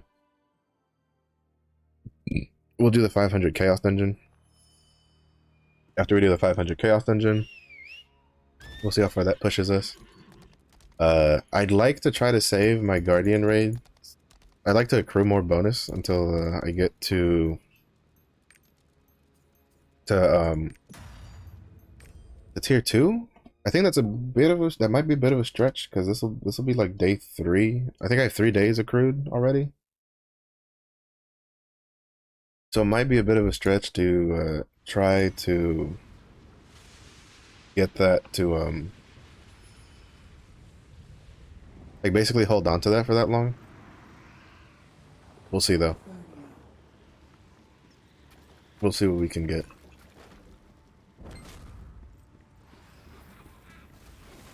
Oh, right, I gotta. What? Oh, that's right. I just used my stupid charge ability like a dumbass. The only thing I'm like running these dungeons is you have to like, at least for Berserker, I have to keep swapping back and forth because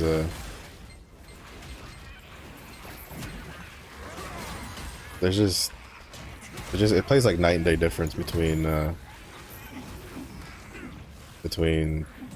one build to the next for how fast you can kill things in like a group or not. For Scrapper, I don't really have that problem because for Scrapper, the build's mostly similar between the Chaos Dungeon and the raid build. Like there's some like the biggest difference is in tripods, and even then, even with the single target tripods, it's mostly like, oh, you deal more damage in single target over, oh, you have a bigger area of effect, which isn't much bigger than what you actually already have because actually quite a bit.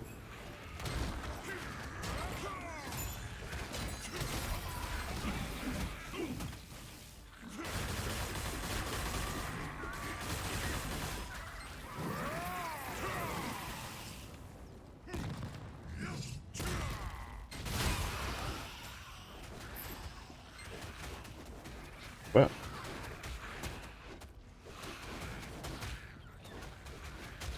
got a bit of a lag spike there for a second. Hopefully it doesn't pans out because the weather is a little rough today. Sometimes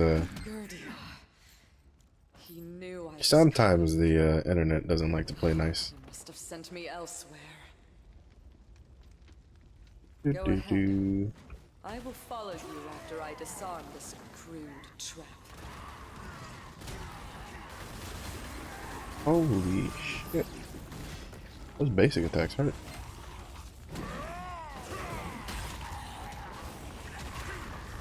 Actually, I may have eaten some of the explosion guys without noticing.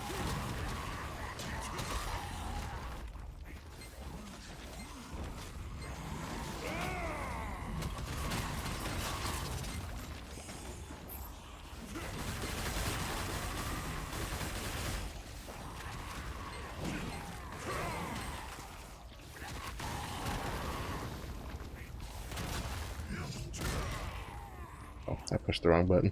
I was wondering what that was. I was like, I didn't know I had another like red dust move, and then I'm like, oh, I don't. It's just I didn't hold down I didn't hold down my strike wave. I just pushed it. Even though in this form, I could. Will it tell me how much crit I have in this form? Oh. I mean, I know it's you can get like 20% or something while in Berserker form. 30% crit rate. So mix that with what little crit I have. It's almost a 40%. So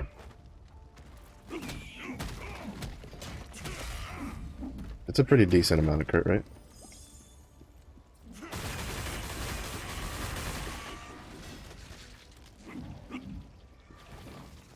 Oh, you want a tango?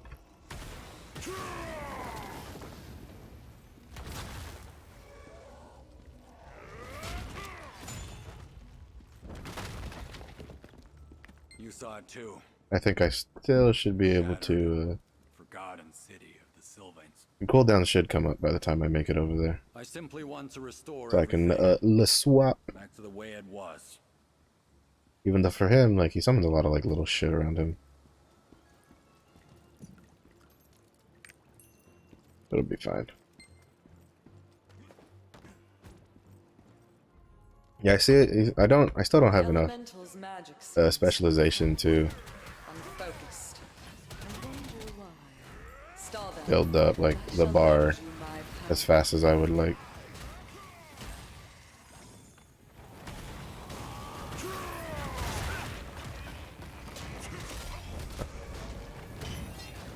The hell? Oh, it's these little fucking dudes. Trying to figure out like where the hell those like fire tornadoes are coming from.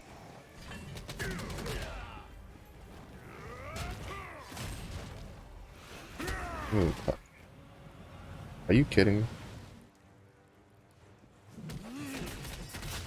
Oh, I think that was just like a you're taking too long to kill the ads mechanic. We had better move. Let's go to Undart. I think the only thing I would change about like Berserker's technique is if they gave me the option to it'd be nice if they gave me the option to like end my Berserker's rage early, so that way I can just go straight into the bar refill. But I think if they did, oh, that's not the way I'm supposed to go. I think it'd probably be a little overpowered if you did that though. Not to mention that I think the only times you run into this issue is in these dungeons, so it's kind of a waste, programming wise, to go back in and change that. So, but I think it'll be fine.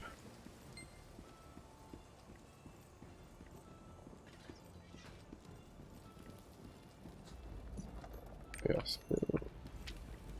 At least I have a bit of a distance before we run into the boss in here.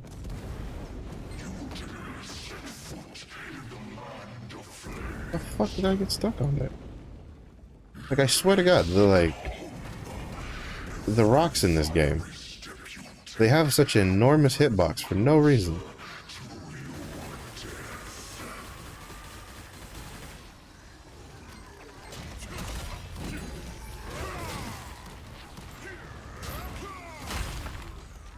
For a second there, I thought that like Pinky Toe was gonna betray me there on that rock that was coming in.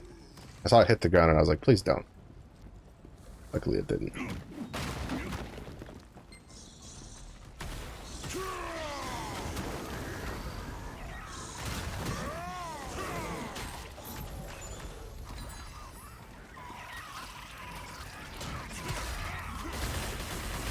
Chicka.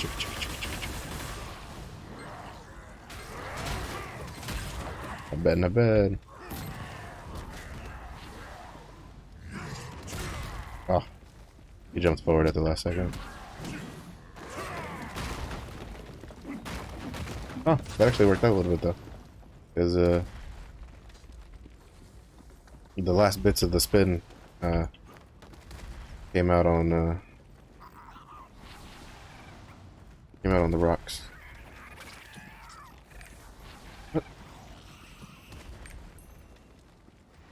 Let's see.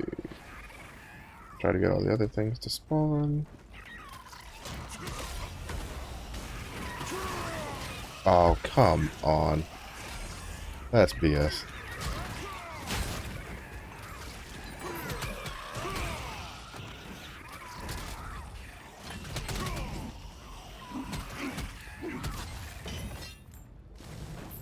Oh, do it? Have I allocated all of his points? No, I have not.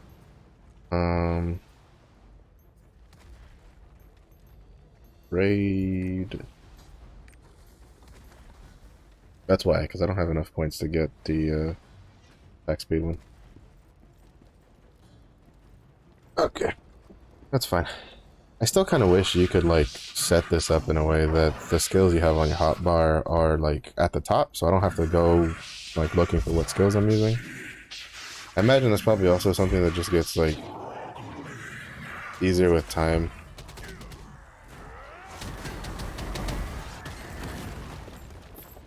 That's pretty cinematic, if I do say so myself.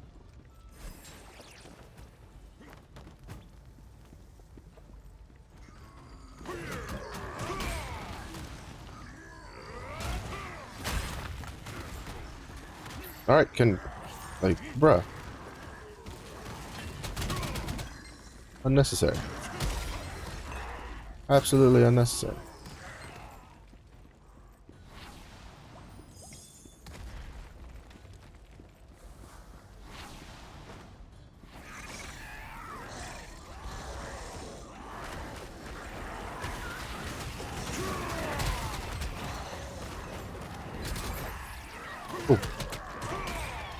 I didn't know the overcharge would kill him or not. I always miss like one random little dude. Is he that? Oh, I think it's because he like spawns at the bottom of the stairs. So yeah, they like spawn at the bottom so they don't like. Come here, because I'm not gonna fight in the danger circle. They always spawn at the bottom so they don't like aggro, and it's like you hear the sounds of your comrades dying behind you, and your brain goes, "I'm not gonna go look." But it's fine. They cannot escape death. Death will always find them.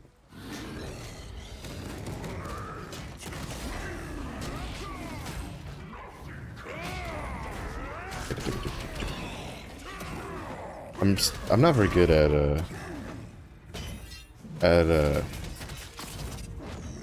whatchamacallit.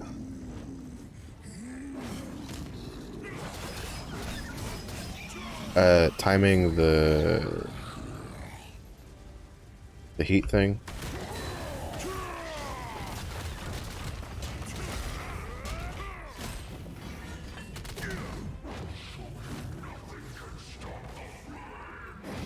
Next.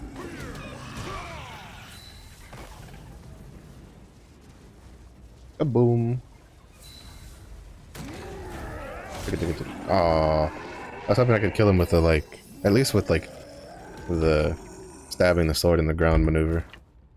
Alright, thousands in Neela ruins. Do we not have? Oh no.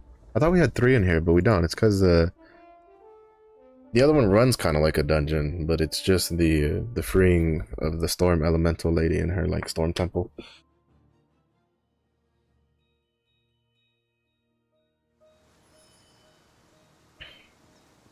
Alright. I do find it relatively amusing, well, but they still make you like. I don't know why they didn't put the tri-point at like just next to the gate. They're like, no. We took a long time to program these jumps, so you got to do it every time you want to go here. Alright, I had mail. Nice.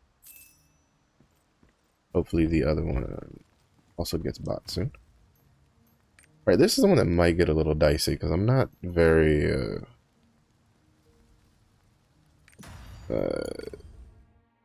I'm not very much higher than 460, and like I was taking some damage the first time we came through here, let alone on normal, let alone now on easy or on hard. So we'll see how this rolls. Belshazzar, how dare she cast her wretched barrier around? But yeah, I can see now why they why a lot of people say to do mayhem in tier 1, tier 2, and then do berserker's technique in tier 3 if you want to. But the issue is I don't think I have. I do. I actually do. I could run berserk mayhem. The problem is I dismantled all the like extra crit accessories that I had. If I hadn't done that, I'd just swap to mayhem right now. I didn't think I had enough. I thought I thought I would be 1 short if I tried to run mayhem and right now.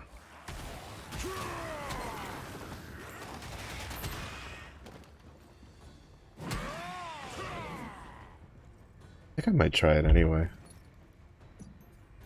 Let me see. I have I'd have 2 pieces of specialization. Let's try it. We'll see how it runs. Swiftness. Oh, and mayhem engraving applied. Oh, I didn't do my master's tenacity. See, I don't like the effect that you get in mayhem. It looks weird.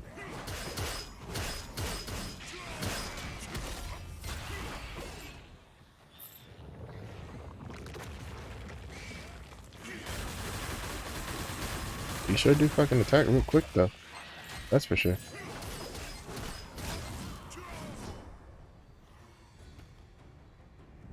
Yeah, see, that's what I was talking about earlier, that like this Like, it makes me think that that's like his mouth. Like, it doesn't make me think that's just like a button. Kind of funny.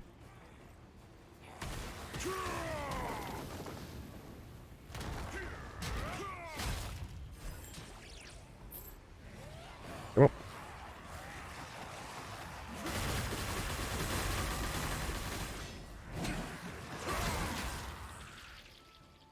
Oh, I need to change. Damn it. Anyway, I'll change. I think I still have to change some of this. Oh, well, this one already has it, but I need to change. Which one was it?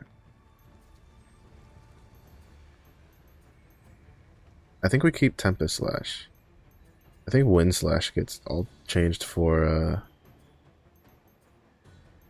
this, because since we don't need the extra Berserkers built, that it's a Flame Storm. I'm pretty sure that's how that goes. And then for Tempest Slash,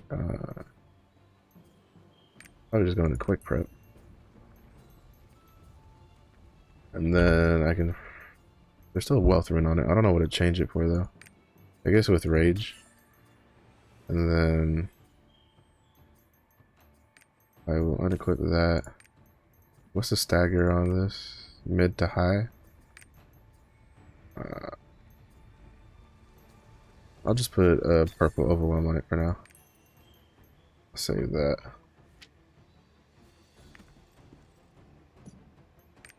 It'll still be a while before we run into a boss, though, so we'll go back to this for now.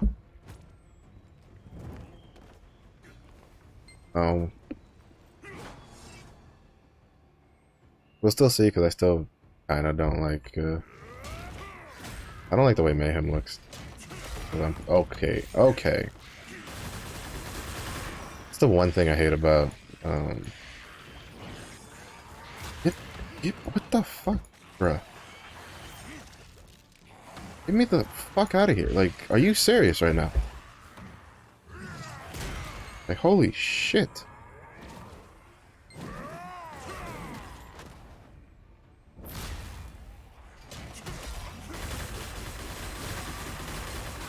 Like, that's why this mob's so fucking annoying, because, like, you get knocked down once and you're gonna be there for a while. And I just got body blocked when I tried to, like, flip back up. And it's like... Are you serious? Not this time, you laser beam bum.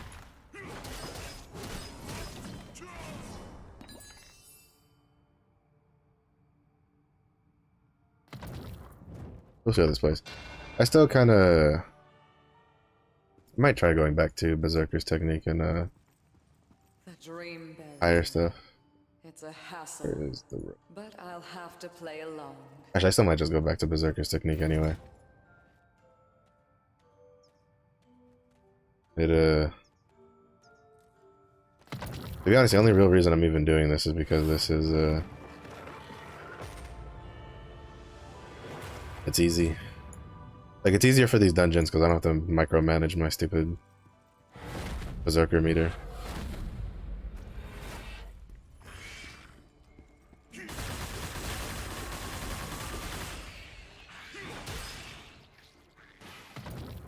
These dungeons are kind of annoying.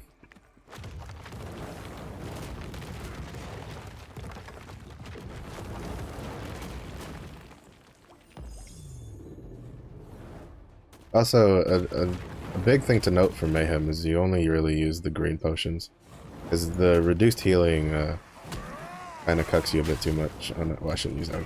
It kind of reduces, kind of fucks you over on the it messes with you for the potions. It reduces the healing you get from the potions so much that trying to use a blue potion is just a waste. It's just a waste.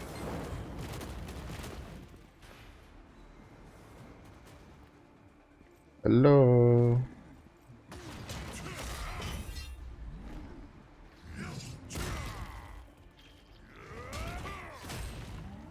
Oh, I forgot to change the.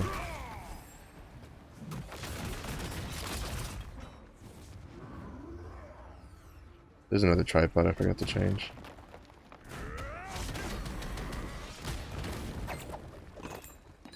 Now that I think about it. Which one was it? It wasn't red dust. That was you. Is it you? No, it's not you. Who was it? There's one of these.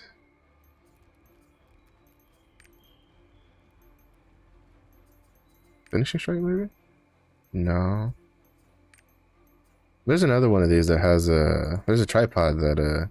It's like, for instance, the reason you take this is because when your HP is 50% or lower, outgoing damage is 100% increased. There's another one that has that node somewhere. I thought it was this one. But it's not. Actually, I should have known it's not that one because I've used that one. Was it Windblade? No, it wasn't Windblade. It's not Chainsword. Maybe this one? Oh, I think it's this one. No, because you get... Oh, here we go. Deadly Blow. That's what it was. Outgoing damage plus 80%. Yeah, there we go. I knew there was another node. I thought it was another, like, fire node, but it wasn't.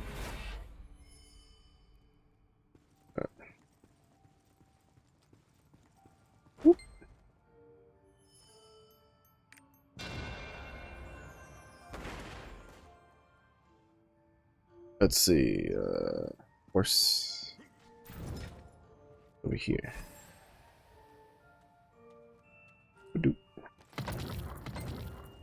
Let me stand over here. We wait for that to do its thing. I refresh to see if the roadmap's been put out yet. Does not look like it, which is unfortunate.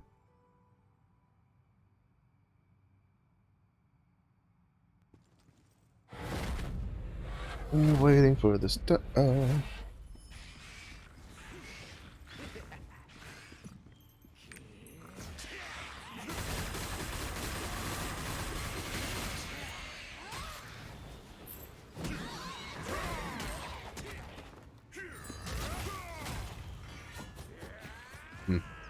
Could have red dusted him.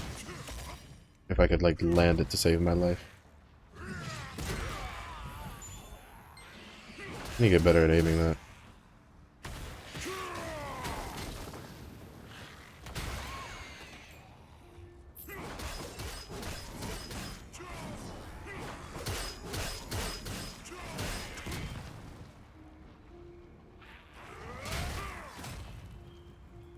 Need to get better at aiming that. It's a One of the deceptionally small hitbox on it. At least for like line AoEs that I'm used to. It has a deceptively small hitbox.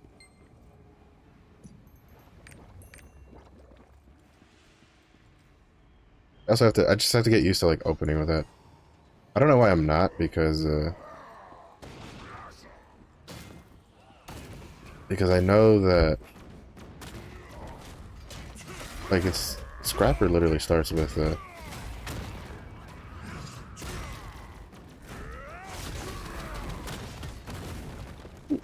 edge of that.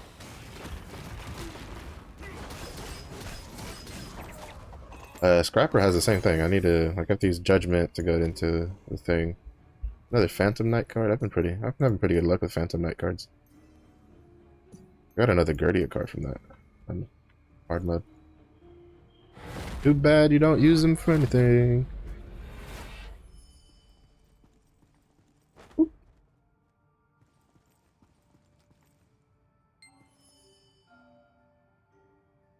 Not bad at all.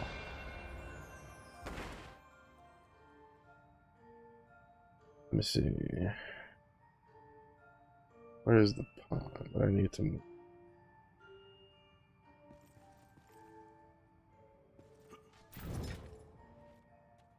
Pawn goes here.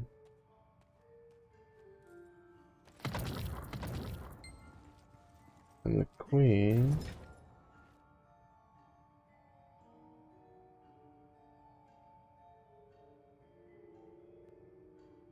Okay, it's here. I was like, something's not matching up. It's here.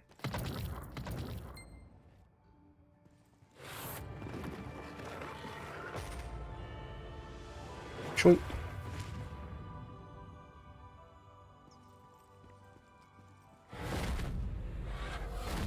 Not bad. Not bad at all.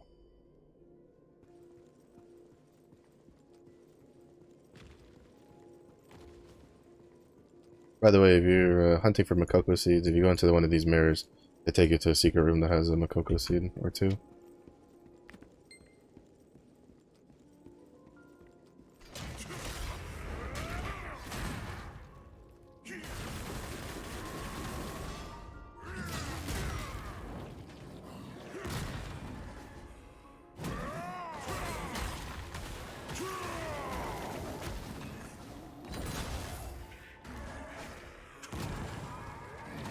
I like how Earthquake works on like Elite when like other DCs don't. Ooh, he's hella tanky here.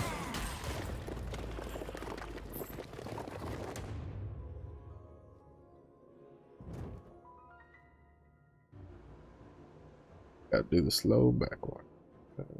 I have to wait for Red Dust to come off cooldown anyway. Kind of my opener. Kind of what I need to do.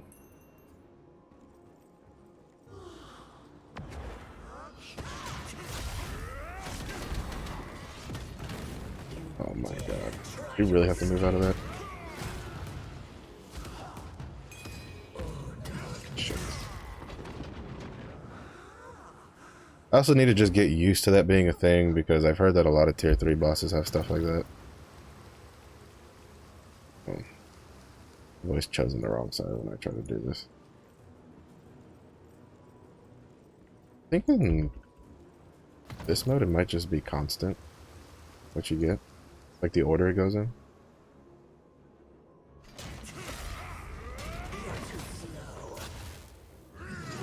Oh my god. Did you just stay still for like 2 seconds? Too much to ask? Like bro, like I felt like I was PvPing. Every time I picked a move, she was like, up, schwink. Up, schwink. Because it's different from, because like in her Abyssal version, she goes, she always goes like 3 in a row. But in this one, it's been kind of like random when she's going to do it. Sometimes she'll click it, sometimes she won't. I'm just going to apply this.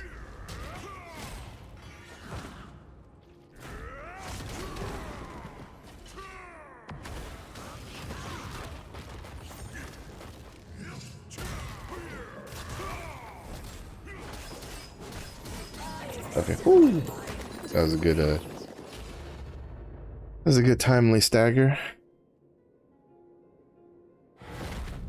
I'm just not used to Berserkers. Like, he moves really slow compared to what I'm used to. Because I've been playing Striker and Scrapper a lot.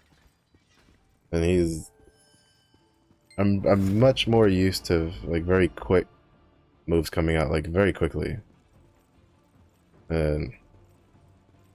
I mean, I think he's a good transition class for me, because if I plan on playing Destroyer plays a lot differently than what I'm used to right now.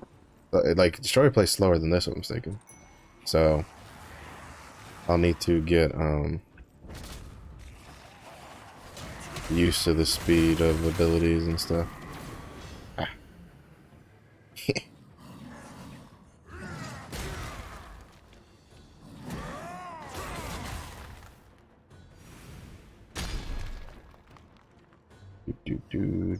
Do.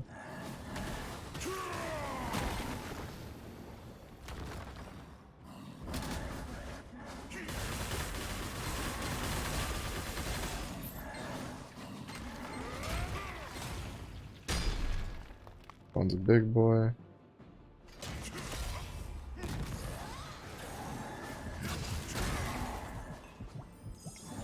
Holy shit. I ate something there that dealt a lot of damage. Interesting. I never never knew Elzoin could resist my nightmare this long.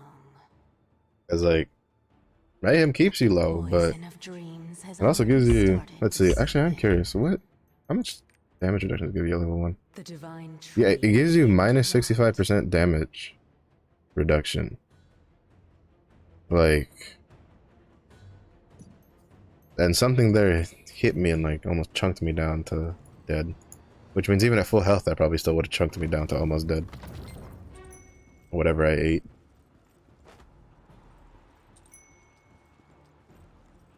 Phantom Legion Commander Belshazzar.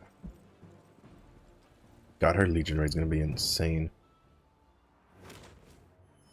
Insane.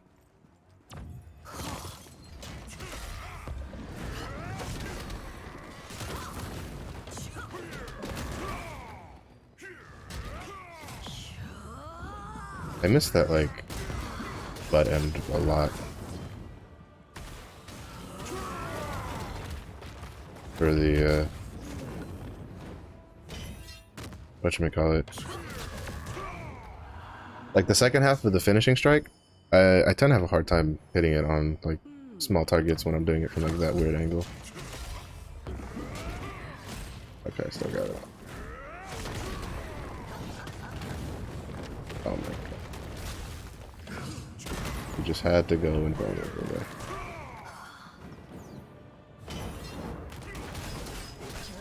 Reality.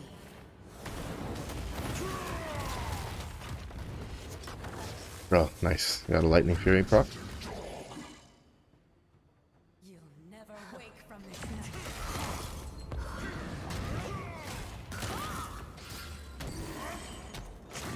night. I never remembered these. Oh, are you serious?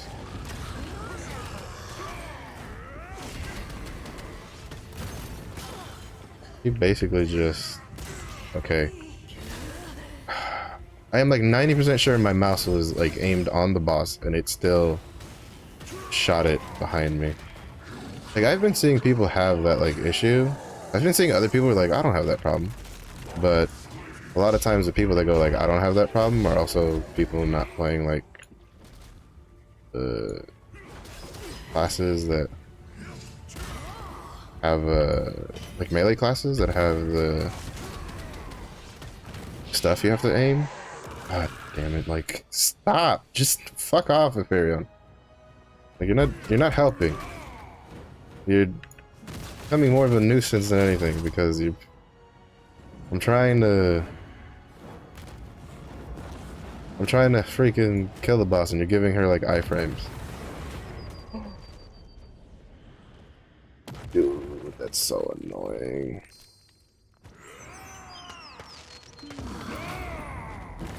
God. That happened to me on Saturday against the Siren boss for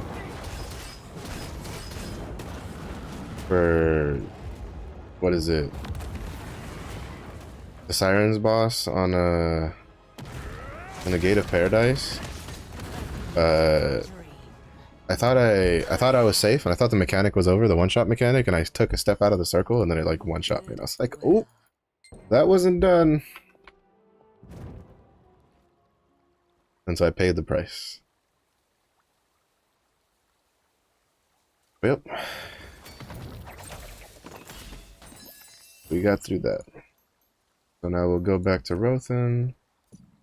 We'll open our stuff.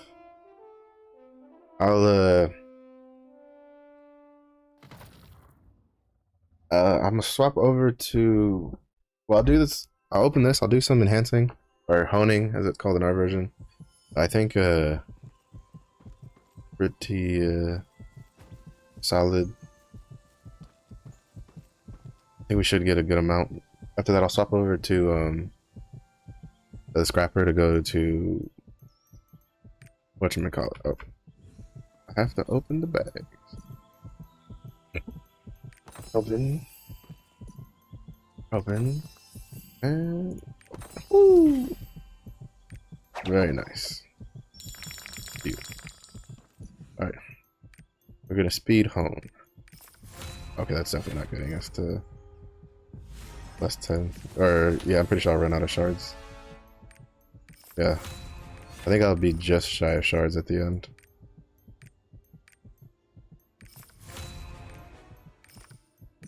We'll see. Will you hold out? No, you won't. No, you won't. Yep. Just shy. Almost. Almost, but not quite. Alright, we're gonna swap over. We're gonna go to Opportunity Isle. We're gonna do our fishing stuff. See how good we do. I think the best I've come in is 4th or 5th place. I think I did it on stream too. I don't quite understand how it works. I feel like part of it's up to luck. Like with how fast the fish come to you. And stuff like that. Oh shit, I'm like way over here. Where is it? I think Opportunity Isle is by. I think it's on Luterra, isn't it?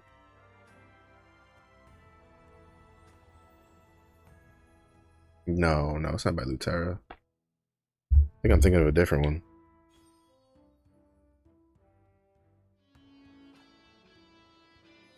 So busy.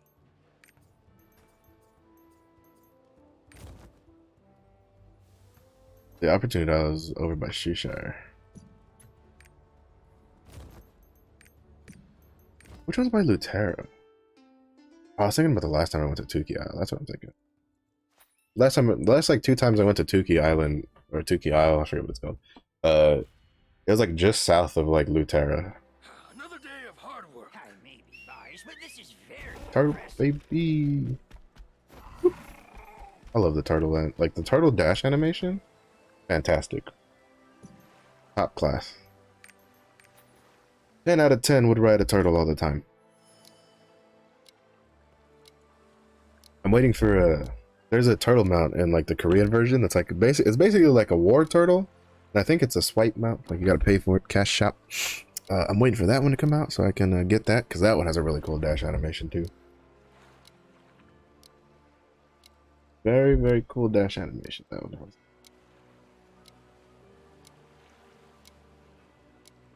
So, I'm looking forward to that.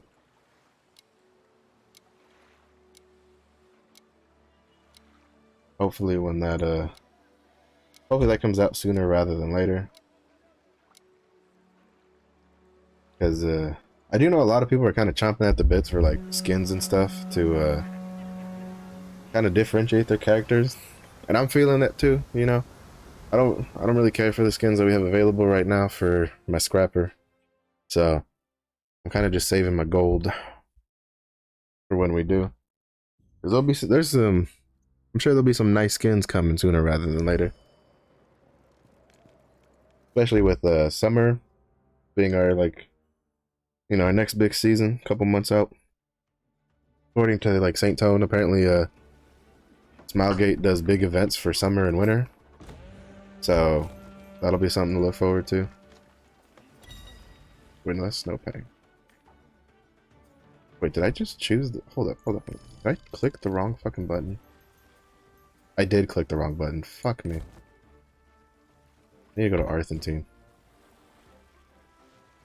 Why did nobody tell me I clicked the wrong button? Would have saved me so much headache. All that silver wasted. I went to. I mean, I was still wrong. It's still Argentine. It's not Luterra. I was still wrong before about thinking it was near Luterra.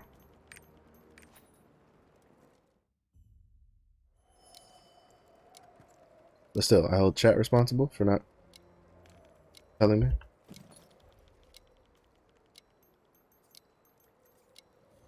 What is this stuff going for?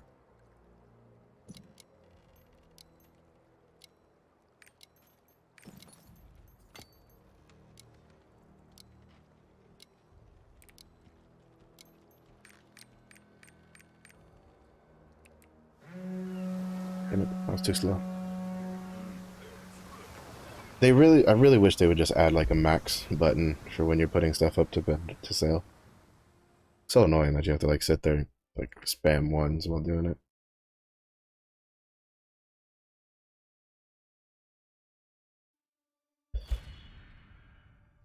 You know, I don't think even the Korean version has that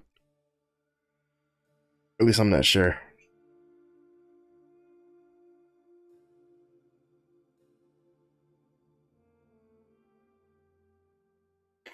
Yeah, come on. Art looks cool though. That man got a monkey.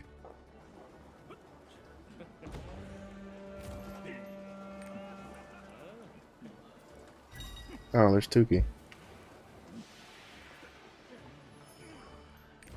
Right. I know I said I was gonna try to push the scrapper up, but 2,000 gold's a bit hard to pass up on. And that'll probably sell. So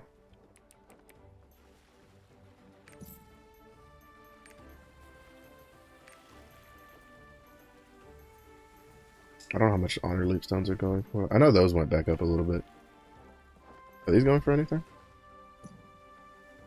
Holy shit. Yes, they are. Yes, they are. For 90.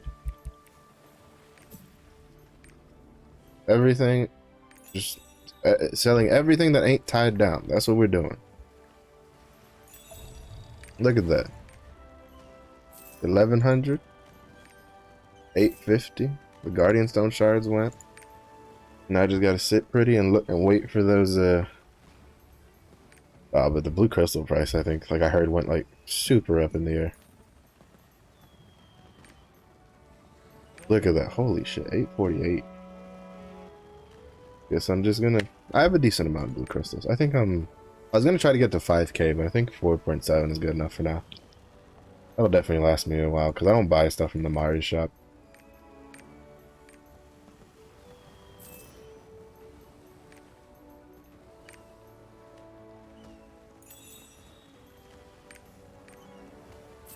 All right. That just made another like 4k. I need to go do Chaos Dungeon and sell all those mats.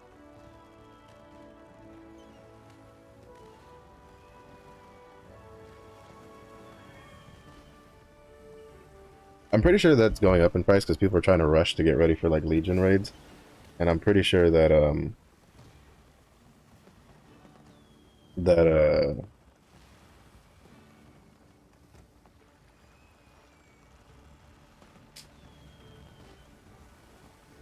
my god. Well, I was hoping for maybe another roadmap today, but they've already said that they're not sharing the roadmap till after the March update. That's a bit bogus in my opinion. Oh well. Selling mats now gives me time to like stock up on shards. Which is kind of like the first like stopgap at the beginning of tier 3.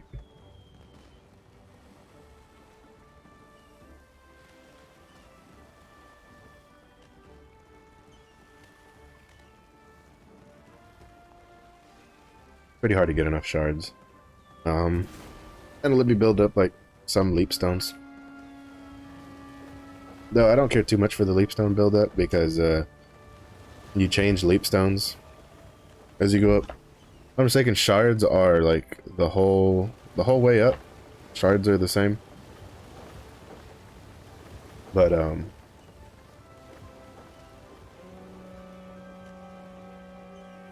the material stuff changes as you go higher. Because it's like honor leap stones now, then it's like greater honor leap stones. And then I'm saying to become something like different altogether. For some, I think it might be for like the Esther weapon. It becomes completely different.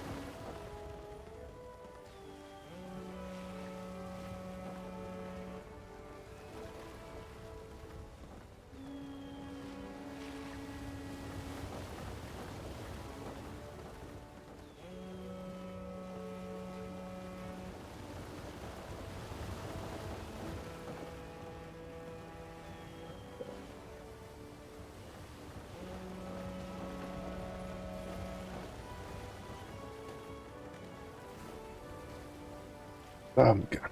Alright, come on. Spawn. I need to fish. I am hungry because lunch was a little light today. This will be done today. Oh. How many weeklies do I have? Okay, no, that'll be my last weekly. I'll get some more shards out of that. So this one. Oh, I need the Phaeton one.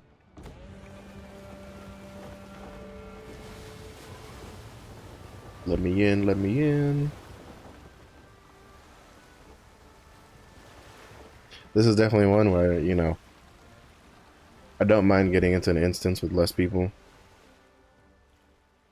I had a chance to get a placement in the fishing thing, so you might get more stuff.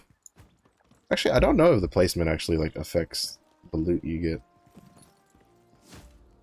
from the actual island.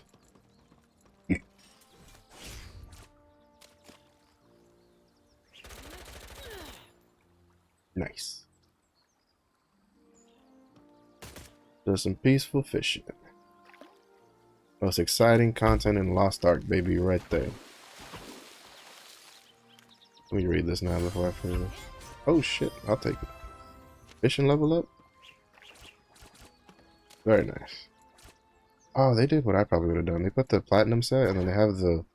I think it's a northern... I'm pretty sure it's a northern lawmaker set.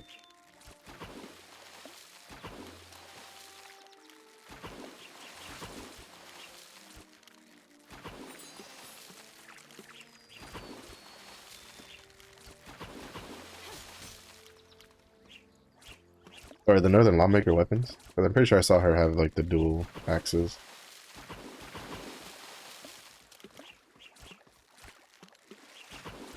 That's what level up my fishing over here.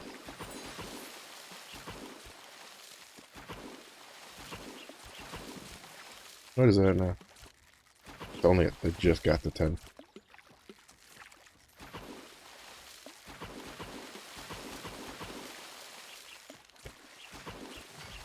I think at like, how long does this last?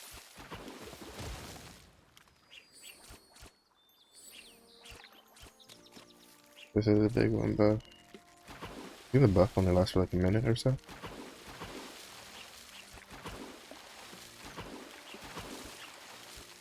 I think maybe that's how they get more. I'll cast out one more. And then I think at like the 20 seconds, I'll do the throw bait.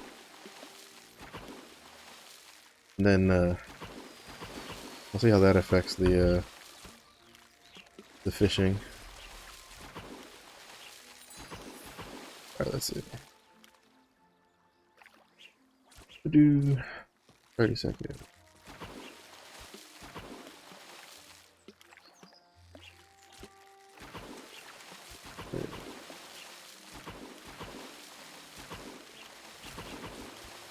Do it at the 15.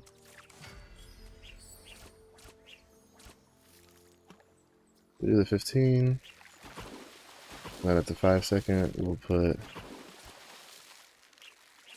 it out there. Yeah, that's a 1 minute buff.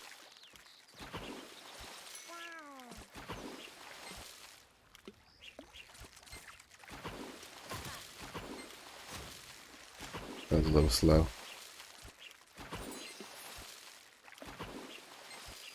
Oh my god.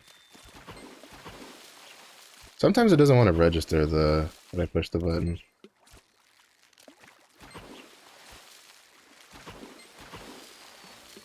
A little annoying.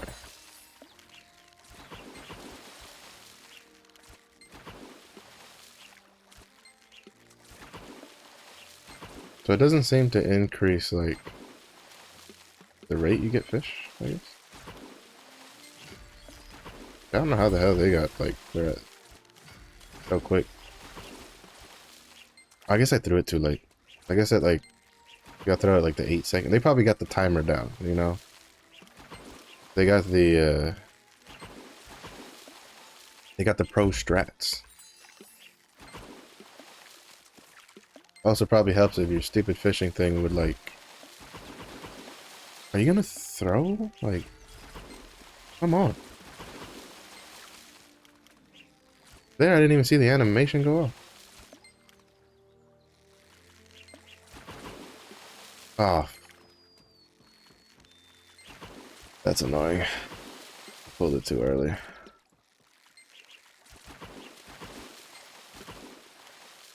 That's unfortunate.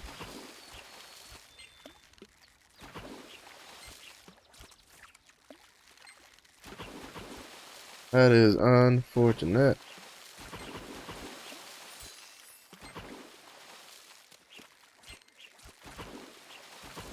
Pulled it way too early on that one. I got a little too gung-ho on it. Fell way back. Down at number 27.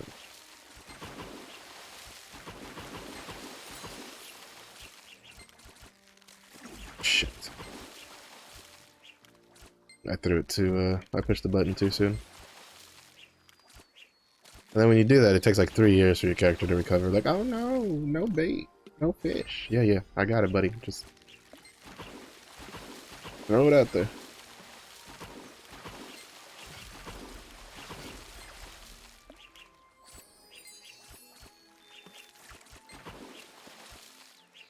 Do. We definitely ain't no, we ain't gonna wish no pro, we're not gonna win no pro fishing tournaments. Oh my god, the screen popping up made it so I couldn't tell when the thing was gonna go. But yep. Anyway, that's where we'll call it. It's a little unfortunate with the whole roadmap shenanigans. I'm not sure how they plan on resolving that problem, on having on making the having a roadmap get released only to take it down, only to tell people, oh, you have to wait for like the end of the week to get the new one. That's definitely going to cause a bit of a shitstorm online. We'll see what gets changed. I have a feeling they're being vague on purpose.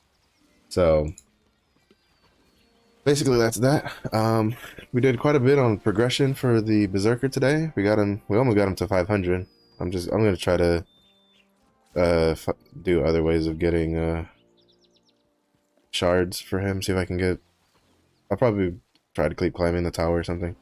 But anyway, I appreciate for watching.